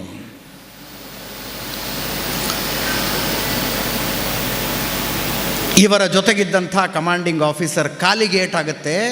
ಯೋಗೀಂದರ್, ನನ್ನ ಕಾಲಿಗೆ ಏಟಾಗಿದೆ, ಪಟ್ಟಿ ಕಟ್ಟು ಅಂತಾರವರು ಗುಂಡು ಹಾರಿಸ್ತಾ. ಪಟ್ಟಿ ಕಟ್ತಾ ಇವ್ರು ಕೇಳ್ತಾರೆ, ಬಿಗಿ ಆಯ್ತಾ ಅಂತ. ಮೊದಲನೇ ಸಲ ಹ್ಞೂ ಅಂತಾರೆ, ಇನ್ನೊಂದು ಸ್ವಲ್ಪ ಕಟ್ಟು ಅಂತಾರೆ, 3ನೇ ಸಲ ಉತ್ತರ ಬರೋದಿಲ್ಲ. ಗುಂಡು ಅವ್ರ ತಲೆ ಸಿಡ್ಕೊಂಡು ಹೋಗ್ಬಿಟ್ಟಿರುತ್ತೆ. ಇವರ ಎಡಗಡೆ ಇದ್ದಂಥ ಇವರ ರೂಮ್ಮೇಟು CO ಸಾಬ್ಗೆ ಗುಂಡು ಬಿತ್ತು ಅಂತಾರೆ. ಅನ್ನೋವಷ್ಟರಲ್ಲಿ ಎಡಗಡೆ ಇರುವಂಥ ರೂಮ್ಮೇಟಿಗೆ ಗುಂಡು ಬಿತ್ತು. ಹಿಂದಿನ ಬಂಡೆಯ ಹಿಂದೆ ಅವಿತಿಟ್ಟುಕೊಂಡಂಥ ಒಬ್ಬ ಸೈನಿಕ, ಇವರದೇ ತಿಕುಡಿಯ ಸೈನಿಕ, ಎದ್ದು ಇವ್ರ ಕಡೆ ಓಡಿ ಬರ್ತಾ ಇದ್ದರೆ RPG ಅಂತ ಸಿಡಿಸ್ತಾರೆ, ಗ್ರೆನೇಡ್ ರೀತಿಯದ್ದು. ಅದನ್ನು ಸಿಡಿಸಿ ಅದರ ಒಂದು ಸ್ಪ್ಲಿಂಟರ್ ಆತನ ಕುತ್ತಿಗೆಯನ್ನು ಹೆಂಗೆ ಸೀಳ್ಕೊಂಡು ಹೋಗುತ್ತೆ ಅಂದರೆ, ಗ್ರೆನೇಡಿಯರ್ ಯೋಗೀಂದರ್ ಸಿಂಗ್ ಯಾದವ್ ಹೇಳ್ತಾರೆ, ಆತನ ರುಂಡ ಹಾರಿ ಪಕ್ಕಕ್ಕೆ ಬಿತ್ತು. ರುಂಡವಿಲ್ಲದ ಮುಂಡ ಈ ದೇಹ 3-4 ಹೆಜ್ಜೆ ಮುಂದೆ ಬಂತು, ಅದಕ್ಕಷ್ಟೇ ಅದು ಅಂತ ಮುಂದೆ ಬಂದು ಅದರಿಂದ ಕೆಳಗೆ ಕೊಲ್ಯಾಪ್ಸ್ ಆಗಿಬಿತ್ತು. 7 ಜನ ಬೆಟ್ಟ ಹತ್ಕೊಂಡು ಹೋಗಿದ್ದಾರೆ, 6 ಜನ ಸತ್ತೋದ್ರಲ್ಲಿ. ಯೋಗೀಂದರ್ ಸಿಂಗ್ ಯಾದವ್ 6 ಹೆಣಗಳ ಮಧ್ಯದಲ್ಲಿ ಮಲ್ಕೊಳ್ತಾರೆ. ಮೇಲಿರುವ ಪಾಕಿಸ್ತಾನಿ ತುಕಡಿಗೆ ಮೇಲೆ ಬಂದವರೆಲ್ಲರೂ ಸತ್ತೋದ್ರು ಅಂತ ಗೊತ್ತಾಗತ್ತೆ. ಕೆಳಗಿಳಿದು ಬರ್ತಾರೆ ಒಬ್ಬೊಬ್ಬರೇ ಸೈನಿಕರು. ನೋಡಿ ಆ ಸಿಚುವೇಶನನ್ನು. ಕೆಳಗಿಳಿದು ಬಂದು ಬಿದ್ದಿರುವ ಭಾರತೀಯ ಸೈನಿಕರ ಶವಗಳಿಗೆ ಗುಂಡು ಹೊಡೆದು ಪರೀಕ್ಷೆ ಮಾಡಬೇಕು ಅಂತ ನಿರ್ಧಾರ ಮಾಡ್ತಾರೆ. ಅವ್ರು ನಿಜವಾಗ್ಲೂ ಸತ್ತಿದಾರೋ ಇಲ್ವೋ ಅಂತ. ಒಂದು ಕಡೆಯಿಂದ ಗುಂಡು ಹೊಡ್ಕೊಂಡು ಬರ್ತಾರೆ.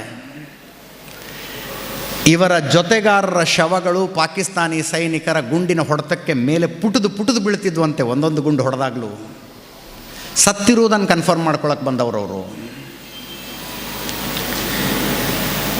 ಯೋಗೀಂದರ್ ಸಿಂಗ್ ಯಾದವ್ ಗೊತ್ತಾಯ್ತು, ಇನ್ನು ಮುಗೀತು ನನ್ನ ಕತೆ, ಸತ್ಯ ನಾನು ಅಂತ.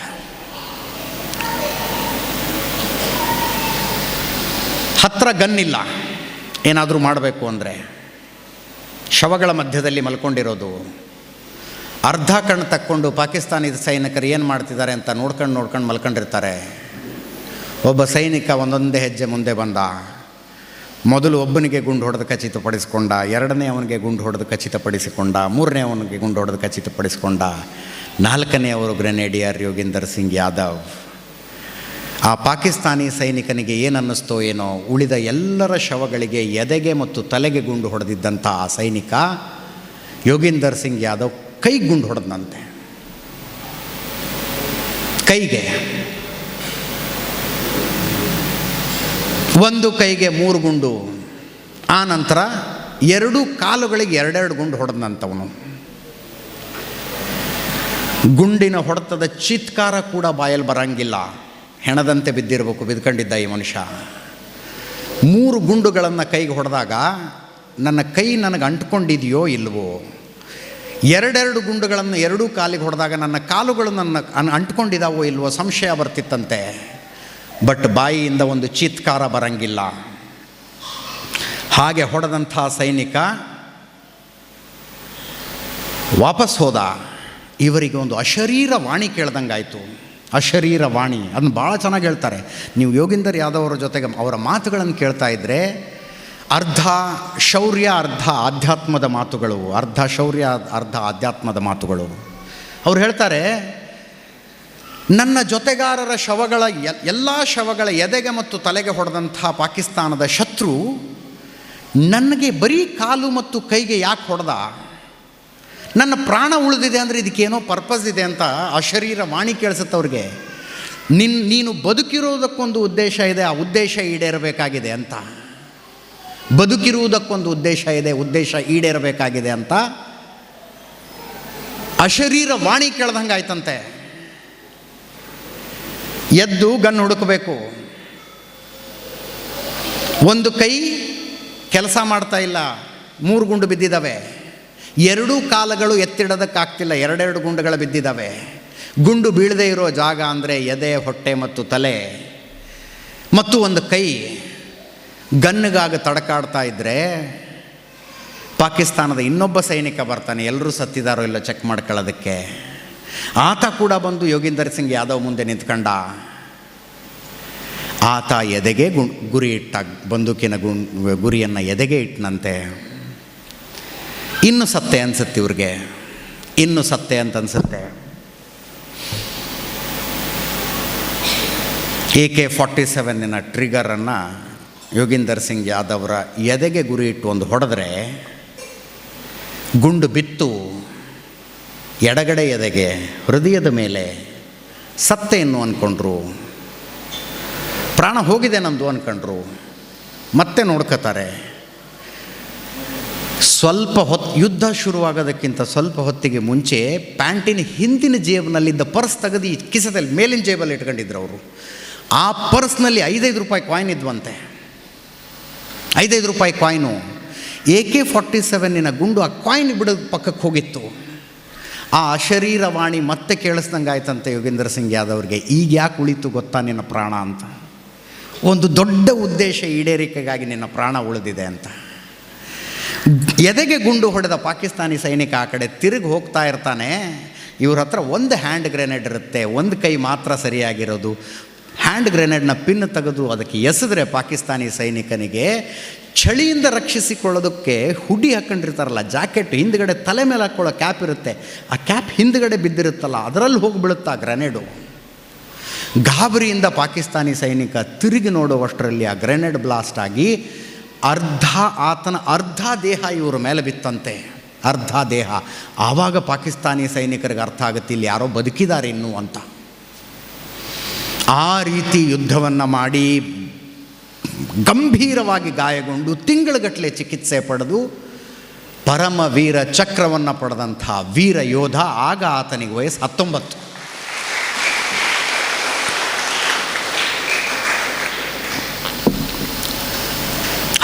ವರ್ಷ ಆಗ ಆತನಿಗೆ. ಏನು ಮಾಡ್ತಾ ಇದ್ವಿ ನಾವು ನಮಗೆ 19 ವರ್ಷ ಆದಾಗ? ಯಾವ ಪ್ರಬುದ್ಧತೆ ಇತ್ತು ನಮಗೆ? ಸೈನ್ಯಕ್ಕೆ ಸೇರಿ ದೇಶಕ್ಕಾಗಿ ದುಡಿಯುವುದು ಒತ್ತಟ್ಟಿಗೆ ಹೋಗಲಿ, ಅಟ್ಲೀಸ್ಟ್ ತಂದೆ ತಾಯಿ ಮೇಲೆ ಡಿಪೆಂಡೆಂಟ್ ಆಗದೇ ಇರುವಂಥ ಸ್ವಾವಲಂಬನೆಯನ್ನಾದರೂ ನಾವು ಗಳಿಸಿಕೊಂಡಿದ್ವಾ ನಮ್ಮ 19ನೇ ವಯಸ್ಸಿನಲ್ಲಿ? ಯಾವ ವಯಸ್ಸಿನಲ್ಲಿ ಬ್ರಿಗೇಡಿಯರ್ ಯೋಗೀಂದರ್ ಸಿಂಗ್ ಯಾದವ್ ಪರಮವೀರ ಚಕ್ರವನ್ನು ಪಡೆದ್ರು? ಪರಮವೀರ ಚಕ್ರವನ್ನು ಪಡೆಯೋ ಮಾತಾಡ್ತಾ ಇಲ್ಲ ನಾನು, ಅಟ್ಲೀಸ್ಟ್ ಸ್ವಾವಲಂಬನೆಯನ್ನಾದರೂ ನಾವು ಪಡೆದಿದ್ವಾ? 18-19 ವರ್ಷದ ಮಕ್ಕಳು ಈಗಿನ ಕಾಲದ ತಂದೆ ತಾಯಿ ಮುದ್ದು ಮಾಡೋದನ್ನು ನೋಡಿಬಿಟ್ರೆ ಆಶ್ಚರ್ಯ ಅನಿಸುತ್ತೆ ನಮಗೆ. ಮಗು ಮಗು ಮಗು ಆ ವಯಸ್ಸಿನಲ್ಲಿ ಪರಮವೀರ ಚಕ್ರವನ್ನು ಪಡೆದವರಿದ್ದರು ಸ್ವಾಮಿ, ಪರಮವೀರ ಚಕ್ರವನ್ನು ಪಡೆದವರಿದ್ದರು. ಇಂಥ 100 ಕಥೆಗಳನ್ನು ಕಾರ್ಗಿಲ್ ಯುದ್ಧದ ವಿಷಯದಲ್ಲಿ ಹೇಳಬಲ್ಲೆ ನಾನು, 100 ಕಥೆಗಳನ್ನು. ಈ ಶೌರ್ಯವನ್ನು ನಿಮ್ಮ ಮುಂದೆ ಬಿಚ್ಚಿಟ್ಟಿದ್ದರ ಉದ್ದೇಶ ಇಷ್ಟೇ. ಅಂಥ ಸನ್ನಿವೇಶವನ್ನು ಎದುರಿಸಿ ಆ ಯೋಧರು ಶತ್ರುಗಳ ಸಂಹಾರ ಮಾಡಿದ್ದಕ್ಕೆ ನಾವು ಇವತ್ತು ಸುರಕ್ಷಿತರಷ್ಟೇ, ನಾವಿವತ್ತು ಸುರಕ್ಷಿತರು. ಕ್ಯಾಪ್ಟನ್ ನವೀನ್ ನಾಗಪ್ಪ ಇದ್ದಾರೆ, ನನ್ನ ಊರಿನವರು, ಹುಬ್ಬಳ್ಳಿಯವರು. ಈಗ ನಾನಿರೋ ಊರಿನಲ್ಲಿರ್ತಾರೆ, ಬೆಂಗಳೂರಿನಲ್ಲಿ. ಕ್ಯಾಪ್ಟನ್ ವಿಕ್ರಮ್ ಬಾತ್ರಾ, ಇನ್ನೊಬ್ಬ ಪರಮವೀರ ಚಕ್ರ. ಶೇರ್ಷಾ ಅಂತ ಸಿನಿಮಾ ಬಂತು, ನೋಡಿರ್ಬೇಕು ನೀವು, ಗೊತ್ತಿಲ್ಲ ನೋಡಿರ್ತೀರೋ ಇಲ್ಲೋ, ನೆಟ್ಫ್ಲಿಕ್ಸ್ನಲ್ಲಿದೆ, ನೋಡಿ ಒಂದು ಸಲ. ಪರಮವೀರ ಚಕ್ರ ಕ್ಯಾಪ್ಟನ್ ವಿಕ್ರಮ್ ಬಾತ್ರಾ ಅವರ ನಿಜ ಜೀವನ ಕಥೆ ಅದು. ಆ ವಿಕ್ರಮ್ ಬಾತ್ರಾ ಜೊತೆಯಾಗಿ ನಿಂತು ಕಾರ್ಗಿಲ್ ಯುದ್ಧದಲ್ಲಿ ಹೋರಾಡಿದ ಕ್ಯಾಪ್ಟನ್ ನವೀನ್ ನಾಗಪ್ಪ ಅಚ್ಚ ಕನ್ನಡಿಗರು, ಬೆಂಗಳೂರಿನಲ್ಲಿರ್ತಾರೆ, ಹುಬ್ಬಳ್ಳಿಯವರು. ನನಗೆ ಯಾವಾಗಲೂ ಆಶ್ಚರ್ಯ ಅವ್ರನ್ನ ಭೇಟಿಯಾದಾಗ. ಹುಬ್ಬಳ್ಳಿ ಗೊತ್ತಿದ್ದವ್ರಿಗೆ ಗೊತ್ತಿರುತ್ತೆ, BVB ಕಾಲೇಜ್ ಅಂತ ಒಂದಿದೆ, BV ಭೂಮರೆಡ್ಡಿ ಕಾಲೇಜ್ ಅಂತ, ಎಂಜಿನಿಯರಿಂಗ್ ಕಾಲೇಜ್. ಅದು ಬಹಳ ಪ್ರತಿಷ್ಠಿತವಾದ ಕಾಲೇಜು. ನಾವೆಲ್ಲ PUC ಓದ್ತಿರುವಾಗ ಹೊರಗಡೆಯಿಂದ ನಿಂತ್ಕೊಂಡು ಆಶ್ಚರ್ಯದಿಂದ ನೋಡ್ತಿದ್ವಿ ಆ ಕಾಲೇಜನ್ನು, ಇಂಜಿನಿಯರಿಂಗ್ ಕಾಲೇಜನ್ನು. ಅದ್ರ ಒಳಗೆ ಹೋಗೋದೆಲ್ಲ ಸೆಕೆಂಡ್ರಿ ಬಿಡಿ. ಅದು ಅಂಥ ಎಂಜಿನಿಯರಿಂಗ್ ಕಾಲೇಜಿನಲ್ಲಿ ಮೆರಿಟ್ ಸೀಟ್ ತಗೊಂಡು ಮೆಕ್ಯಾನಿಕಲ್ ಎಂಜಿನಿಯರಿಂಗ್ ಮುಗಿಸಿದ್ದಂಥ ಹುಡುಗ, ಅವರ ತಂದೆಗೆ ಹುಬ್ಬಳ್ಳಿ APMCಯಲ್ಲಿ ದಲ್ಲಾಳಿ ಅಂಗಡಿ ಇತ್ತು. ಬಹಳ ಜನ ಮಾತಾಡ್ತಾರಲ್ಲ, ನಿರುದ್ಯೋಗದಿಂದಾಗಿ ಮಿಲಿಟ್ರಿಗೆ ಹೋಗ್ಬಿಡ್ತಾರೆ, ಉದ್ಯೋಗ ಅವಕಾಶ ಇಲ್ಲದೆ ಮಿಲಿಟ್ರಿಗೆ ಹೋಗ್ಬಿಡ್ತಾರೆ. ಎಷ್ಟು ಕಥೆಗಳನ್ನು ಹೇಳಿರಿ ಇಂಥದ್ದು. ಇತ್ತೀಚೆಗೆ ಕ್ಯಾಪ್ಟನ್ ಪ್ರಾಂಜಲ್ ಹುತಾತ್ಮರಾದರು ಬೆಂಗಳೂರಿನಲ್ಲಿ. ಇದೇ ಕಾರ್ಗಿಲ್ ಯುದ್ಧದ captain Manoj Pandey NDA exam ಬರೆದು ಇಂಟರ್ವ್ಯೂಗೆ ಆಯ್ಕೆಯಾದಾಗ ಅವರ ಮಾರ್ಕ್ಸ್ ಕಾರ್ಡ್ಗಳನ್ನು ನೋಡಿ ಆಫೀಸರ್ಸ್ ಗಾಬರಿ ಆಗ್ಬಿಟ್ರಂತೆ. ಆಗಿನ ಕಾಲದಲ್ಲಿ ಭಾರತದಲ್ಲಿದ್ದ ಹೆಚ್ಚು ಕಡಿಮೆ ಎಲ್ಲ MNCಗಳಿಂದ ಅವ್ರಿಗೆ ಆಫರ್ ಲೆಟರ್ ಇತ್ತು, ಎಲ್ಲ MNCಗಳಿಂದಲೂ ಆಫರ್ ಲೆಟ್ರು. ಇದನ್ನೆಲ್ಲ ಬಿಟ್ಟು ಇಲ್ಲಿ ಯಾಕಯ್ಯ ಬರ್ತಿದೆಯಾ ಅಂತ ಕೇಳಿದ್ರೆ, ಅಲ್ಲಿ ಲಕ್ಷಗಟ್ಟಲೆ ಸಂಬಳ ಸಿಗುತ್ತೆ, ಫಾರಿನ್ ಟೂರ್ ಸಿಗುತ್ತೆ, ವಾರಕ್ಕೆ 2 ದಿವಸ ರಜೆ ಸಿಗುತ್ತೆ, ಸುಖಮಯವಾದ ಜೀವನ ಸಿಗುತ್ತೆ. ಆದರೆ ಪರಮವೀರ ಚಕ್ರ ಸಿಗೋದಿಲ್ಲ ಅಂದವರು ಕ್ಯಾಪ್ಟನ್ ಮನೋಜ್ ಪಾಂಡೆ. ಅಲ್ಲಿ ಎಲ್ಲ ಸಿಗುತ್ತೆ, ಪರಮವೀರ ಚಕ್ರ ಏನು ಮಾಡಿದ್ರೂ ಸಿಗೋದಿಲ್ವಲ್ಲ, ಅದಕ್ಕೆ ನಾನು NDA ಎಕ್ಸಾಮ್ ಬರೆದು ಮಿಲಿಟ್ರಿಗೆ ಬರ್ತಾ ಇದ್ದೀನಿ ಅಂತ ಇಂಟರ್ವ್ಯೂನಲ್ಲಿ ಹೇಳಿದಂಥವ್ರು ಮನೋಜ್ ಪಾಂಡೆ. ಹುಬ್ಬಳ್ಳಿಯ ನವೀನ್ ನಾಗಪ್ಪಗೆ ಮೆಕ್ಯಾನಿಕಲ್ ಎಂಜಿನಿಯರಿಂಗ್ ಸರ್ಟಿಫಿಕೇಟ್ ಇತ್ತು ರೀ, ಪ್ರತಿಷ್ಠಿತ BVB ಕಾಲೇಜಿನಿಂದ. ಅವರ ತಂದೆದ್ದು ಎಸ್ಟಾಬ್ಲಿಷ್ಡ್ ಬಿಸ್ನೆಸ್ ಇತ್ತು. ಅಂಥ ಹುಡುಗ ಆತ ಯೋಚನೆ ಮಾಡಿದ್ರಂತೆ, ತಂದೆಯ ಬಿಸ್ನೆಸ್ಸಿಗೆ ಕೈ ಜೋಡಿಸಿದ್ರೆ ದುಡ್ಡು ಬರುತ್ತೆ, IT BTಗೆ ಹೋದರೆ ಇನ್ನೊಂದಷ್ಟು ಲೈಫ್ ಎಕ್ಸ್ಪೋಜರ್ ಸಿಗುತ್ತೆ. ಆದರೆ ದಿನಕ್ಕೆ ಕನಿಷ್ಠ 100-150 ಸೆಲ್ಯೂಟ್ ಗಳಿಸ್ಕೊಳ್ಳೋದು ಹೆಂಗೆ ಅಂತ. ಅದಕ್ಕೆ ಮಿಲ್ಟ್ರಿಗೆ ಹೋಗ್ಬೇಕು, ಅಧಿಕಾರಿ ಆಗ್ಬೇಕು, ಸೆಲ್ಯೂಟ್ ಪಡ್ಕೊಳ್ಬೇಕು. ಅಂದರೆ ಶಾರ್ಟ್ ಸರ್ವಿಸ್ ಕಮಿಷನ್ನಲ್ಲಿ ಜಾಯ್ನ್ ಆದ ಮನುಷ್ಯ. ಆ ಯುದ್ಧದ ಅಂತಿಮ ಸನ್ನಿವೇಶವನ್ನು ಎಕ್ಸ್ಪ್ಲೇನ್ ಮಾಡ್ತಾರವರು. ಸ್ವಾಮೀಜಿಗಳೇ ಮುಂದಿನ ವರ್ಷ ಅವರ ಅತಿಥಿಗಳಾಗಿ ಬರಲಿ ದಯವಿಟ್ಟು. ನೀವು ಕಾರ್ಗಿಲ್ ವಿಜಯೋತ್ಸವದ ತನಕ ಕಾಯಬೇಕು ಅಂತನೂ ಇಲ್ಲ, ಯಾವಾಗಾದರೂ ಕರೆಸಿ. ಅವರು ಪ್ಯಾಂಟು, ಶರ್ಟು, ಸೂಟು, ಬೂಟು ಹಾಕ್ಕೊಂಬರ್ತಾರೆ. ಅವ್ರನ್ನ ಒಂದು ಸಲ ವೇದಿಕೆಯ ಮೇಲೆ ಕರೆಸಿ, ಸ್ವಾಮಿ ನಿಮ್ಮ ಶೂಸ್ ತೆಗೀರಿ, ನಿಮ್ಮ ಕಾಲುಗಳನ್ನು ನಮ್ಮ ಮಕ್ಕಳು ನೋಡಬೇಕು ಅಂತ ಹೇಳಿ ಅವ್ರಿಗೆ. ಅವರು ಶೂಸ್ ತೆಗೆದು ನಿಂತ್ಕೊಂಡಾಗ ಕಾರ್ಗಿಲ್ನ ಅಷ್ಟೂ ಕಥೆ ಮುಂದೆ ಬರುತ್ತೆ. ಪಾಕಿಸ್ತಾನಿ ಸೈನಿಕನ ಗ್ರೆನೇಡ್ಗೆ ಸಿಕ್ಕು ಅವರ 2 ಕಾಲುಗಳ ಛಿದ್ರ ಆಗಿ ಹೋಗಿದ್ವು. ಡಾಕ್ಟರ್ಗಳು ಬಹಳ ಕಷ್ಟಪಟ್ಟು ಹೊಲದು ಆಪರೇಷನ್ ಮೇಲೆ ಆಪರೇಷನ್ ಮಾಡಿ ಅವ್ರನ್ನ 2 ಕಾಲ ಮೇಲೆ ನಿಂತ್ಕೊಳ್ಳೋ ಹಂಗೆ ಮಾಡಿದ್ದಾರೆ. ಕುಂಟ್ಕೊಂಡು ಓಡಾಡ್ತಾರೆ ಕ್ಯಾಪ್ಟನ್ ನವೀನ್ ನಾಗಪ್ಪ. ಕಾಲುಗಳು ವೀಕ್ ಆಗಿದ್ದಾವೆ, ಹೃದಯ ಅಲ್ಲ. ಇವತ್ತಿಗೂ ನಿಂತ್ಕೊಂಡು ಅಂಥದ್ದೊಂದು ಯುದ್ಧದ ಅವಶ್ಯಕತೆ ಏನಿತ್ತು ಮತ್ತು ಅವತ್ತೇನಾಯಿತು ಅನ್ನೋದನ್ನು ಮಕ್ಕಳಿಗೆ ಮನಮುಟ್ಟುವಂತೆ ಹೇಳ್ತಾರೆ. ಅಂತಿಮವಾಗಿ ಪಾಕಿಸ್ತಾನಿ ಸೈನಿಕರು, ಭಾರತೀಯ ಸೈನಿಕರು ಎಷ್ಟು ಹತ್ತತ್ರ ಬಂದುಬಿಟ್ರು ಅಂದರೆ, ಒಬ್ರಿಗೊಬ್ರು ಗುಂಡು ಹಾರಿಸೋದು ಒತ್ತಟ್ಟಿಗಿರಲಿರಿ, ಬೈಗಳು ಶುರುವಾಗ್ಬಿಟ್ವಂತೆ. ಬೈಗುಳಗಳು ಕೋಡ್ ನೇಮ್ ಕೊಟ್ಟಿರ್ತಾರೆ ಮಿಲ್ಟ್ರಿಲಿ ಆಪರೇಷನ್ ಸಂದರ್ಭದಲ್ಲಿ. ಅಂದರೆ ಯಾವ ಡೆಸಿಗ್ನೇಷನ್ ಆಫೀಸರ್ ಮಾತಾಡ್ತಿದ್ದಾರೆ ಅಂತ ಅಕಸ್ಮಾತ್ ವೈರ್ಲೆಸ್ ಇಂಟರ್ಸೆಪ್ಟ್ ಮಾಡಿದರೆ ಶತ್ರುಗಳಿಗೆ ಗೊತ್ತಾಗಬಾರ್ದು ಅಂತ. ಕ್ಯಾಪ್ಟನ್ ವಿಕ್ರಮ್ ಬಾತ್ರಾಗೆ ಶೇರ್ಷಾ ಅನ್ನುವ ಕೋಡ್ ನೇಮ್ ಇತ್ತು. ಶೇರ್ ಶಾ ಬಹಳ ವೀರಾವೇಶದಿಂದ ಹೋರಾಡ್ತಿದ್ದಾರೆ ಕಾರ್ಗಿಲ್ ಯುದ್ಧದಲ್ಲಿ ಅಂತ ಪಾಕಿಸ್ತಾನಿ ಸೈನಿಕರಿಗೆ ಗೊತ್ತಾಗಿತ್ತು. ಶೇರ್ ಶಾ ಬರಬೇಡ ಮೇಲೆ ಅಂತ ಕೂಗ್ತಾರಂತೆ ಪಾಕಿಸ್ತಾನಿ ಸೈನಿಕರು. ನಿಮ್ಮನ್ನು ಬಿಡೋದಿಲ್ಲ ಅಂತ ಇವರು ಕೆಳಗಡೆಯಿಂದ ಕೂಗ್ತಾರೆ. ರಣರಂಗವೂ ಕೂಡ ಎಷ್ಟು ವಿಚಿತ್ರ ಅನಿಸುತ್ತೆ, ಎಷ್ಟು ರೋಚಕ ಅನಿಸುತ್ತೆ ಒಂದೊಂದು ಸಲ ಅಂದರೆ, ಪಾಕಿಸ್ತಾನಿ ಸೈನಿಕರು ಹೇಳಿದ್ರಂತೆ ಮಾಧುರಿ ದೀಕ್ಷಿತ್ ಕೊಟ್ಟುಬಿಡಿ ನಾವು ಹೋಗ್ಬಿಡ್ತೀವಿ ಅಂದ್ರಂತೆ. ಆ ರಣರಂಗದ ಮಧ್ಯದಲ್ಲಿ ಅಷ್ಟು ಘನಘೋರ ಯುದ್ಧ ನಡೀತಾ ಇತ್ತು. ಪಕ್ಕದಲ್ಲಿ ಕ್ಯಾಪ್ಟನ್ ನವೀನ್ ನಾಗಪ್ಪ ಇದ್ದರು. ಶೇರ್ ಶಾ ಸಿನಿಮಾದಲ್ಲಿ ನವೀನ್ ನಾಗಪ್ಪ ಅವ್ರದ್ದೊಂದು ಕ್ಯಾರೆಕ್ಟರ್ ಬರುತ್ತೆ. ಪಾಕಿಸ್ತಾನಿ ಸೈನಿಕ ಹ್ಯಾಂಡ್ ಗ್ರೆನೇಡ್ನ ಪಿನ್ ತೆಗೆದು ನವೀನ್ ನಾಗಪ್ಪ ಇರೋ ಕಡೆ ಎಸಿತಾನೆ. ಅವರ ಮುಂದೆನೇ ಬಂದು ಬಿತ್ತು. ಒಂದು ಹ್ಯಾಂಡ್ ಗ್ರೆನೇಡ್ ಪಿನ್ ತೆಗೆದು ಎಸಿದ್ರೆ 4 ಸೆಕೆಂಡ್ ಟೈಮು, 4 ಸೆಕೆಂಡು.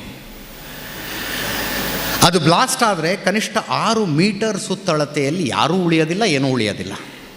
6 ಮೀಟರ್ ಸುತ್ತಳತೆ, 3 ಫುಟ್ ದೂರದಲ್ಲಿ ಬಂದು ಬಿದ್ದಿದೆ ಇವರಿಗೆ. ಬಂದು ಬಿದ್ದ ತಕ್ಷಣ ಇವರು ತಲೆ ಓಡಿಸಿದ್ರು. ಅದನ್ನು ಕೈಯಲ್ಲಿ ಎತ್ಕೊಂಡು ಮತ್ತೆ ವಾಪಸ್ ಪಾಕಿಸ್ತಾನಿ ಸೈನಿಕನ ಕಡೆನೇ ಎಸಿತಾರೆ. ದುರದೃಷ್ಟ, ಎದುರಿಗಿದ್ದು ಕಲ್ಲಿಗೆ ಬಡ್ದು ಮತ್ತೆ ವಾಪಸ್ ಇವ್ರ ಮೇಲೆ ಬಿದ್ದುಬಿಡುತ್ತದು. ನೋಡಿ, 4 ಸೆಕೆಂಡಲ್ಲಿ ಏನೇನೆಲ್ಲ ಡಿಸಿಷನ್ ತಗೋಬೇಕು, ಏನೇನೆಲ್ಲ ಯೋಚನೆ ಮಾಡಬೇಕು ಅಂತ ಅವ್ರಿಗೆ ಗೊತ್ತಾಗತ್ತೆ. ಇನ್ನು ಸತ್ತೆ ನಾನು ಅಂತ, ಸತ್ತೆ ಅಂತ ಗೊತ್ತಾಯಿತು. ಆದರೆ ತಮ್ಮ ಹೆಣ ಮನೆಗೆ ಹೋಗೋದನ್ನು ಯೋಚನೆ ಮಾಡ್ತಾರೆ ಅವರು. ಹೆಣ ಮನೆಗೆ ಹೋದಾಗ ಮುಖ, ಎದೆ ಎಲ್ಲ ಛಿದ್ರ ಆಗಿದ್ದರೆ ತಂದೆ ತಾಯಿಗೆ ನೋಡೋಕ್ಕೆ ಕಷ್ಟ ಆಗುತ್ತಲ್ವಾ. ಅವ್ರಿಗೆ ಅಂತಿಮವಾಗಿ ಬರೋ ಯೋಚನೆ, ನನ್ನ ಮುಖ ಎದೆ ಎಲ್ಲ ಸರಿಯಾಗಿರೋ ಹೆಣ ಮನೆಗೆ ಹೋಗ್ಬೇಕು ಅಂತ. ತಿರಂಗ ಸುತ್ಕೊಂಡು ಹೋಗುತ್ತೆ ಹೆಣ ನಿಜ. ಅಂತಿಮವಾಗಿ ಮುಖ, ಎದೆ, ಅಟ್ಲೀಸ್ಟ್ ತಂದೆ ತಾಯಿಗಳಿಗೆ ಅಷ್ಟು ಕಷ್ಟ ಆಗಬಾರ್ದು ಅಂತ ಮುಖ ಮತ್ತು ಎದೆ ಕಾಪಾಡ್ಕೋಬೇಕು ಅಂತ ಮುಖ ಮುಚ್ಕೊಂಡು ಕೆಳಗಡೆ ಮಲ್ಕೋತಾರೆ. ಗ್ರೆನೇಡ್ ಬ್ಲಾಸ್ಟ್ ಆಗುತ್ತೆ. 2 ಕಾಲುಗಳು ಛಿದ್ರ ಆಗಿಬಿಡ್ತವೆ. 2 ಕಾಲುಗಳು ಛಿದ್ರ. ಅವ್ರನ್ನ ಅಲ್ಲಿಂದ ರೆಸ್ಕ್ಯೂ ಮಾಡಿ ಕರ್ಕೊಂಡು ಹೋಗ್ತಾರೆ. ಬೇಸ್ ಕ್ಯಾಂಪಿಗೆ ತಗೊಂಡು ಬರ್ತಾರೆ. ಅಲ್ಲಿ ಹೆಲಿಕಾಪ್ಟರ್ಗೆ ಹಾಕ್ತಾರೆ. ಸಾಕಷ್ಟು ಬ್ಲಡ್ ಲಾಸ್ ಆಗಿರುತ್ತೆ. ಡಾಕ್ಟರ್ ಹೇಳಿರ್ತಾರೆ ಮೇಲೆ ಹೇಳಬಾರ್ದು, ನೀನು ಹಾಸ್ಪಿಟಲ್ ಸೇರೋ ತನಕ ಹಿಂಗೆ ಮಲ್ಕೊಂಡ್ರು ಅಂತ. ಅವ್ರನ್ನ ಕರ್ಕೊಂಡು ಹೆಲಿಕಾಪ್ಟರ್ ಟೇಕ್ ಆಫ್ ಆದಾಗ ಅವರ ಕಾಳಜಿ ಮಾಡ್ತಾ ಇದ್ದಂಥ ಸೈನಿಕ ಹೇಳ್ತಾನೆ, ಸಾಹೇಬ್ರೆ, डॉक्टर ने आपको मना किया है ऊपर उठने के लिए, थोड़ा कोशिश करके ऊपर उठ के देखिए, तिरंगा लहरा रहा है वहाँ पे ಅಂತ. ಅಂದರೆ ಯಾವ ಕದನದಲ್ಲಿ ನೀವು ಗಾಯಗೊಂಡು ಬಂದಿದ್ದೀರೋ ಉಳಿದ ಸೈನಿಕರು, ನಿಮ್ಮ ಟೀಮಿನ ಉಳಿದ ಸೈನಿಕರು ಆ ಕದನವನ್ನು ಪೂರ್ತಿ ಮಾಡಿ ಬೆಟ್ಟದ ಮೇಲೆ ತ್ರಿವರ್ಣ ಧ್ವಜ ಹಾರಿಸಿದ್ದಾರೆ ನೋಡಿ ಅಲ್ಲಿ. ಅಂದರೆ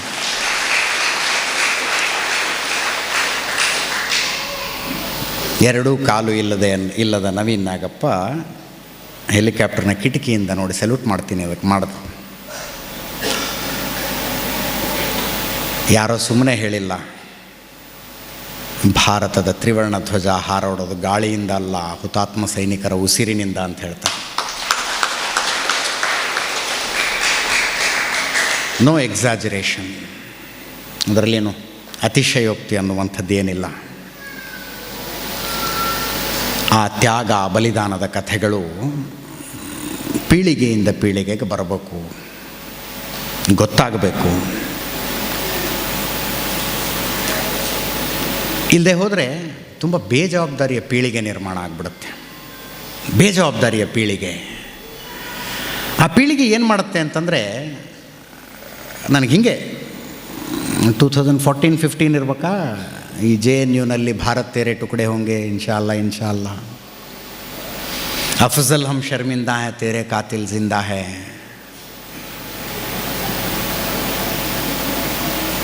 ಆಜಾದಿಯ ಘೋಷಣೆಗಳು,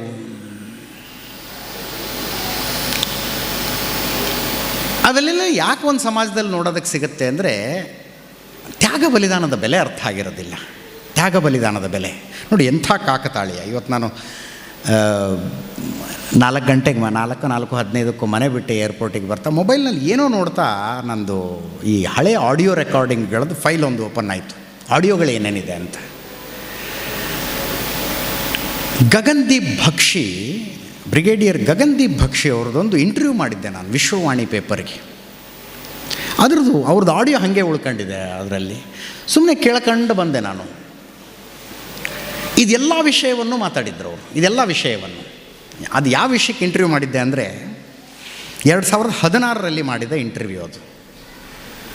2016ರಲ್ಲಿ ಕೇಂದ್ರ ಸರ್ಕಾರ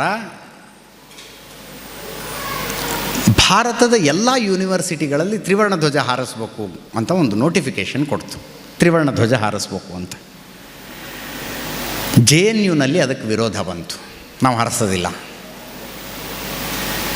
ತ್ರಿವರ್ಣ ಧ್ವಜ ಹಾರಿಸೋದ್ರಿಂದ ಯೂನಿವರ್ಸಿಟಿಯ ಸ್ವಾಯತ್ತತೆಗೆ ಧಕ್ಕೆ ಬರುತ್ತೆ ಅಂದ್ಬಿಟ್ರು ಅವರು. ಇಂಡಿಪೆಂಡೆಂಟ್ ನೇಚರ್ ಯೂನಿವರ್ಸಿಟಿ, ಅದರ ಸ್ವಾಯತ್ತತೆಗೆ ಧಕ್ಕೆ ಬರುತ್ತೆ, ಆದ್ದರಿಂದ ಹಾರಿಸೋದಿಲ್ಲ ಅಂದರು. ಆ ವಿಷಯದ ಬಗ್ಗೆ ಆವತ್ತು ರಿಪಬ್ಲಿಕ್ TVಯಲ್ಲಿ ಒಂದು ಇಂಟರ್ವ್ಯೂ ಇತ್ತು.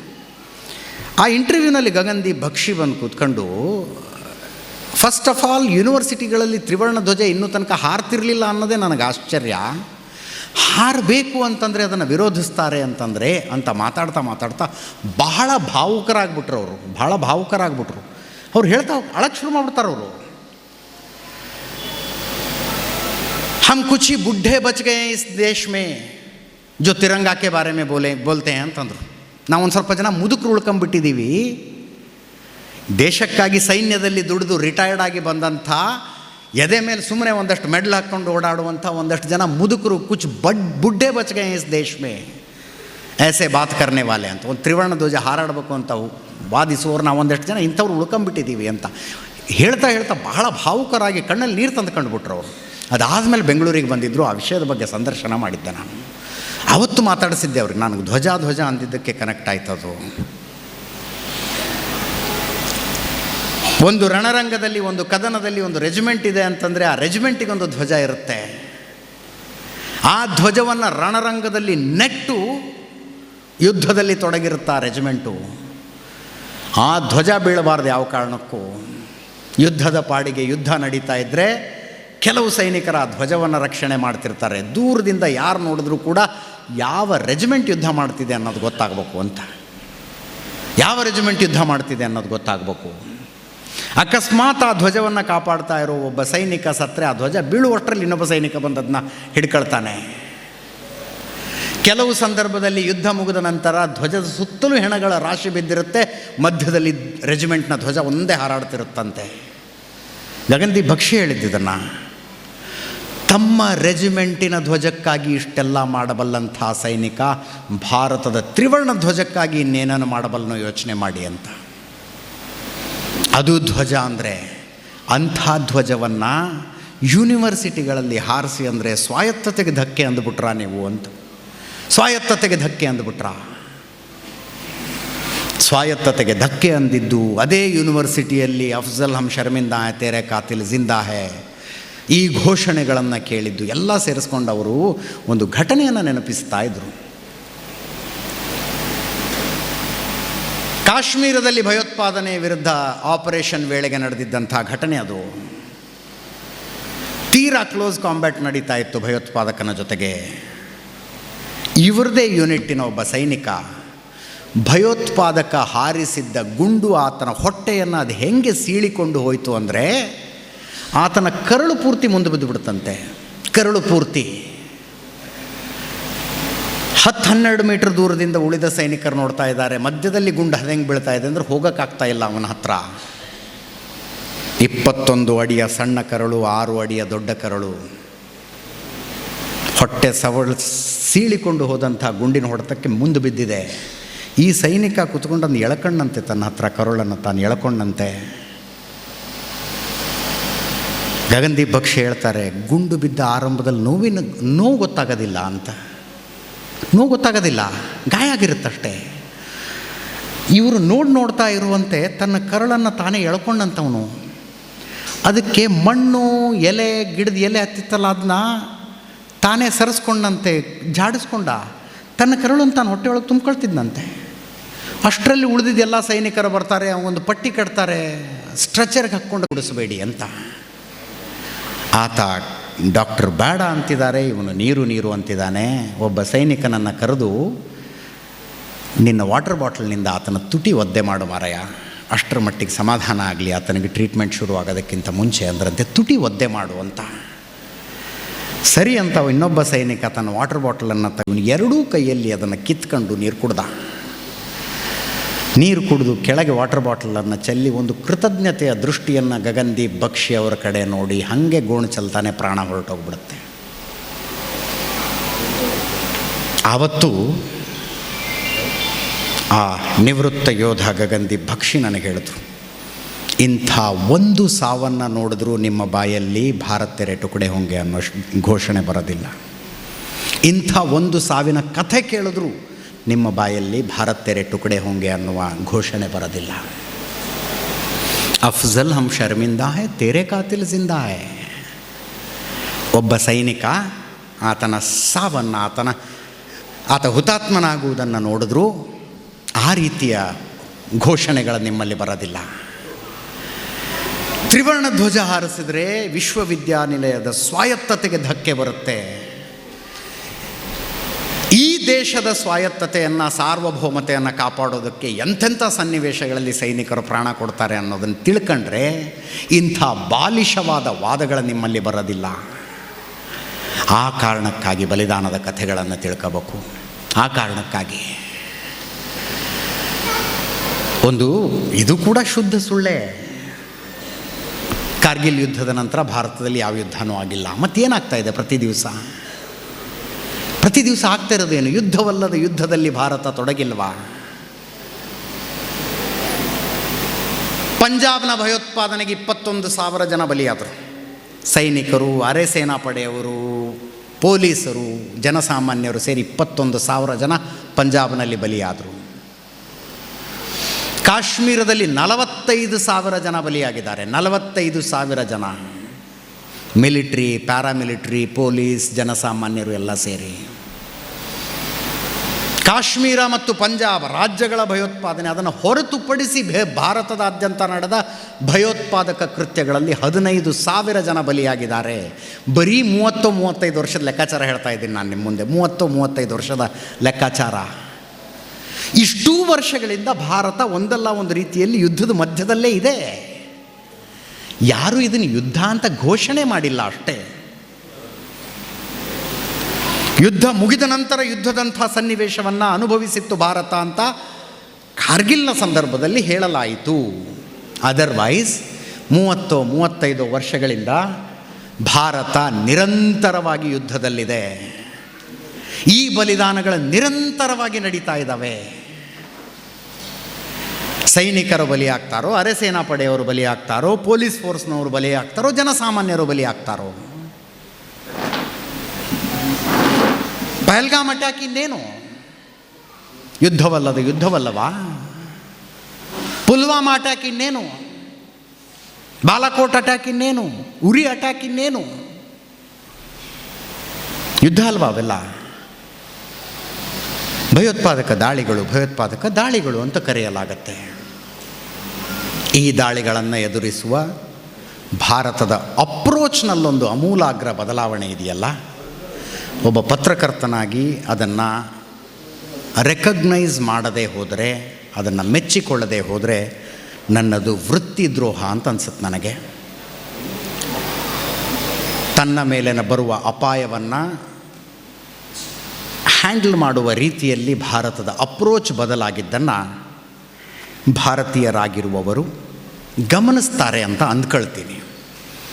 1962ರ ಭಾರತ ಚೀನಾ ಯುದ್ಧ ಒಂದು ಸಲ ದಯವಿಟ್ಟು ಓದಬೇಕು ನೀವು. ಹಿಮಾಲಯನ್ ಬ್ಲಂಡರ್ ಇಂಗ್ಲೀಷ್ನಲ್ಲೂ ಇದೆ, ಕನ್ನಡದಲ್ಲಿ ರವಿ ಬೆಳಗೆರೆ ಅವರು ಟ್ರಾನ್ಸ್ಲೇಟ್ ಮಾಡಿದ್ದಾರೆ. ಬ್ರಿಗೇಡಿಯರ್ ಜಾನ್ ಪಿ ದಳವಿ ಬರೆದಿರುವಂಥದ್ದು. ಚೀನಾದ ಗಡಿಯಲ್ಲಿ ಭಾರತೀಯ ಸೈನಿಕರನ್ನ ಅದು ಯಾವ ಹಂತಕ್ಕೆ ಹೋಗಿ ನಿಲ್ಲಿಸ್ಬಿಟ್ಟಿದ್ರು ಅಂದರೆ, ಈ ಪ್ರಪಂಚದಲ್ಲಿ 2 ಯುದ್ಧಗಳಲ್ಲಿ ಮಾತ್ರ ಅಂಥ ಸನ್ನಿವೇಶ ಬಂದಿರೋದಂತೆ. ಯುದ್ಧದ ವಾತಾವರಣ ಇದೆ, 2 ರಾಷ್ಟ್ರಗಳ ಸೈನಿಕರು ಎದರ ಬದರ ನಿಂತ್ಕೊಂಡಾಗ ಒಂದು ರಾತ್ರಿ ಒಂದು ಕಡೆಯ ಸೈನಿಕರು ಬೆಂಕಿ ಹಾಕಿ ಚಳಿ ಕಾಯಿಸ್ಕೊಳ್ಳೋದು. 2 ಯುದ್ಧಗಳಲ್ಲಿ ಇಡೀ ಪ್ರಪಂಚದ ಯುದ್ಧ ಇತಿಹಾಸದಲ್ಲಿ ಹಂಗೆ ನಡೆದಿದೆಯಂತೆ. ಅದರಲ್ಲೊಂದು ಭಾರತ ಚೀನಾ ಯುದ್ಧ. ಭಾರತೀಯ ಸೈನಿಕರ ಎದುರು ಗಡಿ ಆ ಕಡೆ ಚೀನಾದ ಸೈನಿಕರು ಬೆಂಕಿ ಹಾಕಿ ಚಳಿ ಕಾಯಿಸ್ಕೊಂಡು ಕೂತಿದ್ರು. ನಾವಿಲ್ಲೇ ಇದ್ದೀವಿ, ಇಷ್ಟು ಜನ ಇದ್ದೀವಿ, ಏನು ಮಾಡ್ಕೊತಿರೋ ಮಾಡ್ಕೊಳ್ಳಿ ಅಂತ ಸಂದೇಶ. ಅದು ಮೊರಾಲ್ ಡೌನ್ ಮಾಡೋದಕ್ಕೆ ಬ್ರಿಗೇಡಿಯರ್ ಜಾನ್ ಪಿ ದಳವಿ ತಮ್ಮ ಹೆಡ್ ಕ್ವಾರ್ಟರ್ಸಿಗೆ ಪತ್ರ ಬರೀತಾರೆ. ನಾನು ಈ ಪೋಸ್ಟ್ನಲ್ಲಿ ಕೂತ್ಕೊಂಡಿದ್ದೀನಿ, ಇಲ್ಲಿ ನನಗೆ ಹಸಿವಾದರೆ ತಿನ್ನುವುದಕ್ಕೆ, ಚಳಿಯಾದರೆ ಹೊದ್ದುಕೊಳ್ಳುವುದಕ್ಕೆ, ಅಕಸ್ಮಾತ್ ಚೀನಾದ ಶತ್ರು ದಾಳಿ ಮಾಡಿದರೆ ಪ್ರತಿದಾಳಿ ಮಾಡುವುದಕ್ಕೆ ಗೋಧಿ ಹಿಟ್ಟು ಬಿಟ್ಟರೆ ಇನ್ನೇನೂ ಇಲ್ಲ ಅಂತ ಪತ್ರ ಬರೀತಾರೆ ಅವ್ರ ಹೆಡ್ ಕ್ವಾರ್ಟರ್ಸಿಗೆ. ಐ ಆಮ್ ನಾಟ್ ಎಕ್ಸಾಜರೇಟಿಂಗ್, ಆ ಪತ್ರ ಇದೆ ಇನ್ನೂ ತನಕ. ಹಾಕ್ಕೊಳ್ಳೋದಕ್ಕೆ ಸರಿಯಾದ ಬೂಟು ಕೂಡ ಇಲ್ಲದೆ ಗೌರವಯುತವಾಗಿ ಯುದ್ಧ ಮಾಡಿ ಹುತಾತ್ಮರಾಗೋದಕ್ಕೆ ಸಾಕಷ್ಟು ಅಮ್ಯುನೇಷನ್ ಇಲ್ಲದೆ ಕಳಿಸಲಾಗಿತ್ತು ಸೈನಿಕರನ್ನು. ಆ ಕಾಲದಿಂದ ಪ್ರಪಂಚದ ಅತ್ಯಂತ ಬಲಿಷ್ಠ ಸೈನ್ಯಗಳ ಪೈಕಿ ಒಂದು ಅನ್ನಿಸಿಕೊಳ್ಳುವ ತನಕ ಭಾರತ ಬಂದು ತಲುಪಿದೆಯಲ್ಲ, ಅದನ್ನು ರೆಕಗ್ನೈಸ್ ಮಾಡದೆ ಹೋದರೆ ನಾನು ವೃತ್ತಿದ್ರೋಹ ಮಾಡ್ದಂಗೆ ಆಗುತ್ತೆ ಅನ್ನುವ ಎಚ್ಚರಿಕೆಯೊಂದಿಗೆ ಹೇಳ್ತಾ ಇದ್ದೇನೆ ನಿಮಗೆ. ಭಯೋತ್ಪಾದಕ ದಾಳಿಗಳು ಶುರುವಾದವು ಭಾರತದ ಮೇಲೆ. ಭಾರತ ಅನ್ನುವ ಬಲಿಷ್ಠ ಆನೆಗೆ 1000 ಗಾಯಗಳನ್ನು ಮಾಡಿ ಕೊಲ್ಲಬೇಕು ಅಂತ, ಕತ್ತರಿಸಿ ಬ್ಲೀಡ್ ಆಗಿ ಸಾಯಬೇಕು, ಒಂದೇ ಸಲ ಹೊಡೆಯೋಕ್ಕಾಗಲ್ಲ ಇದನ್ನು ಅಂತ ಪಾಕಿಸ್ತಾನದ ಸ್ಟ್ರಾಟಜಿ ಚೇಂಜ್ ಆಯಿತು. ಎಲ್ಲಿ ಸಾಧ್ಯವೋ ಅಲ್ಲಿ ಭಯೋತ್ಪಾದಕ ಕೃತ್ಯಗಳನ್ನು ಮಾಡು. ಆ ಭಯೋತ್ಪಾದಕ ಕೃತ್ಯಗಳಿಗೆ ಭಾರತದ ರಿಪ್ಲೈ ಏನಿರಬೇಕು, ಹೆಂಗಿರಬೇಕು?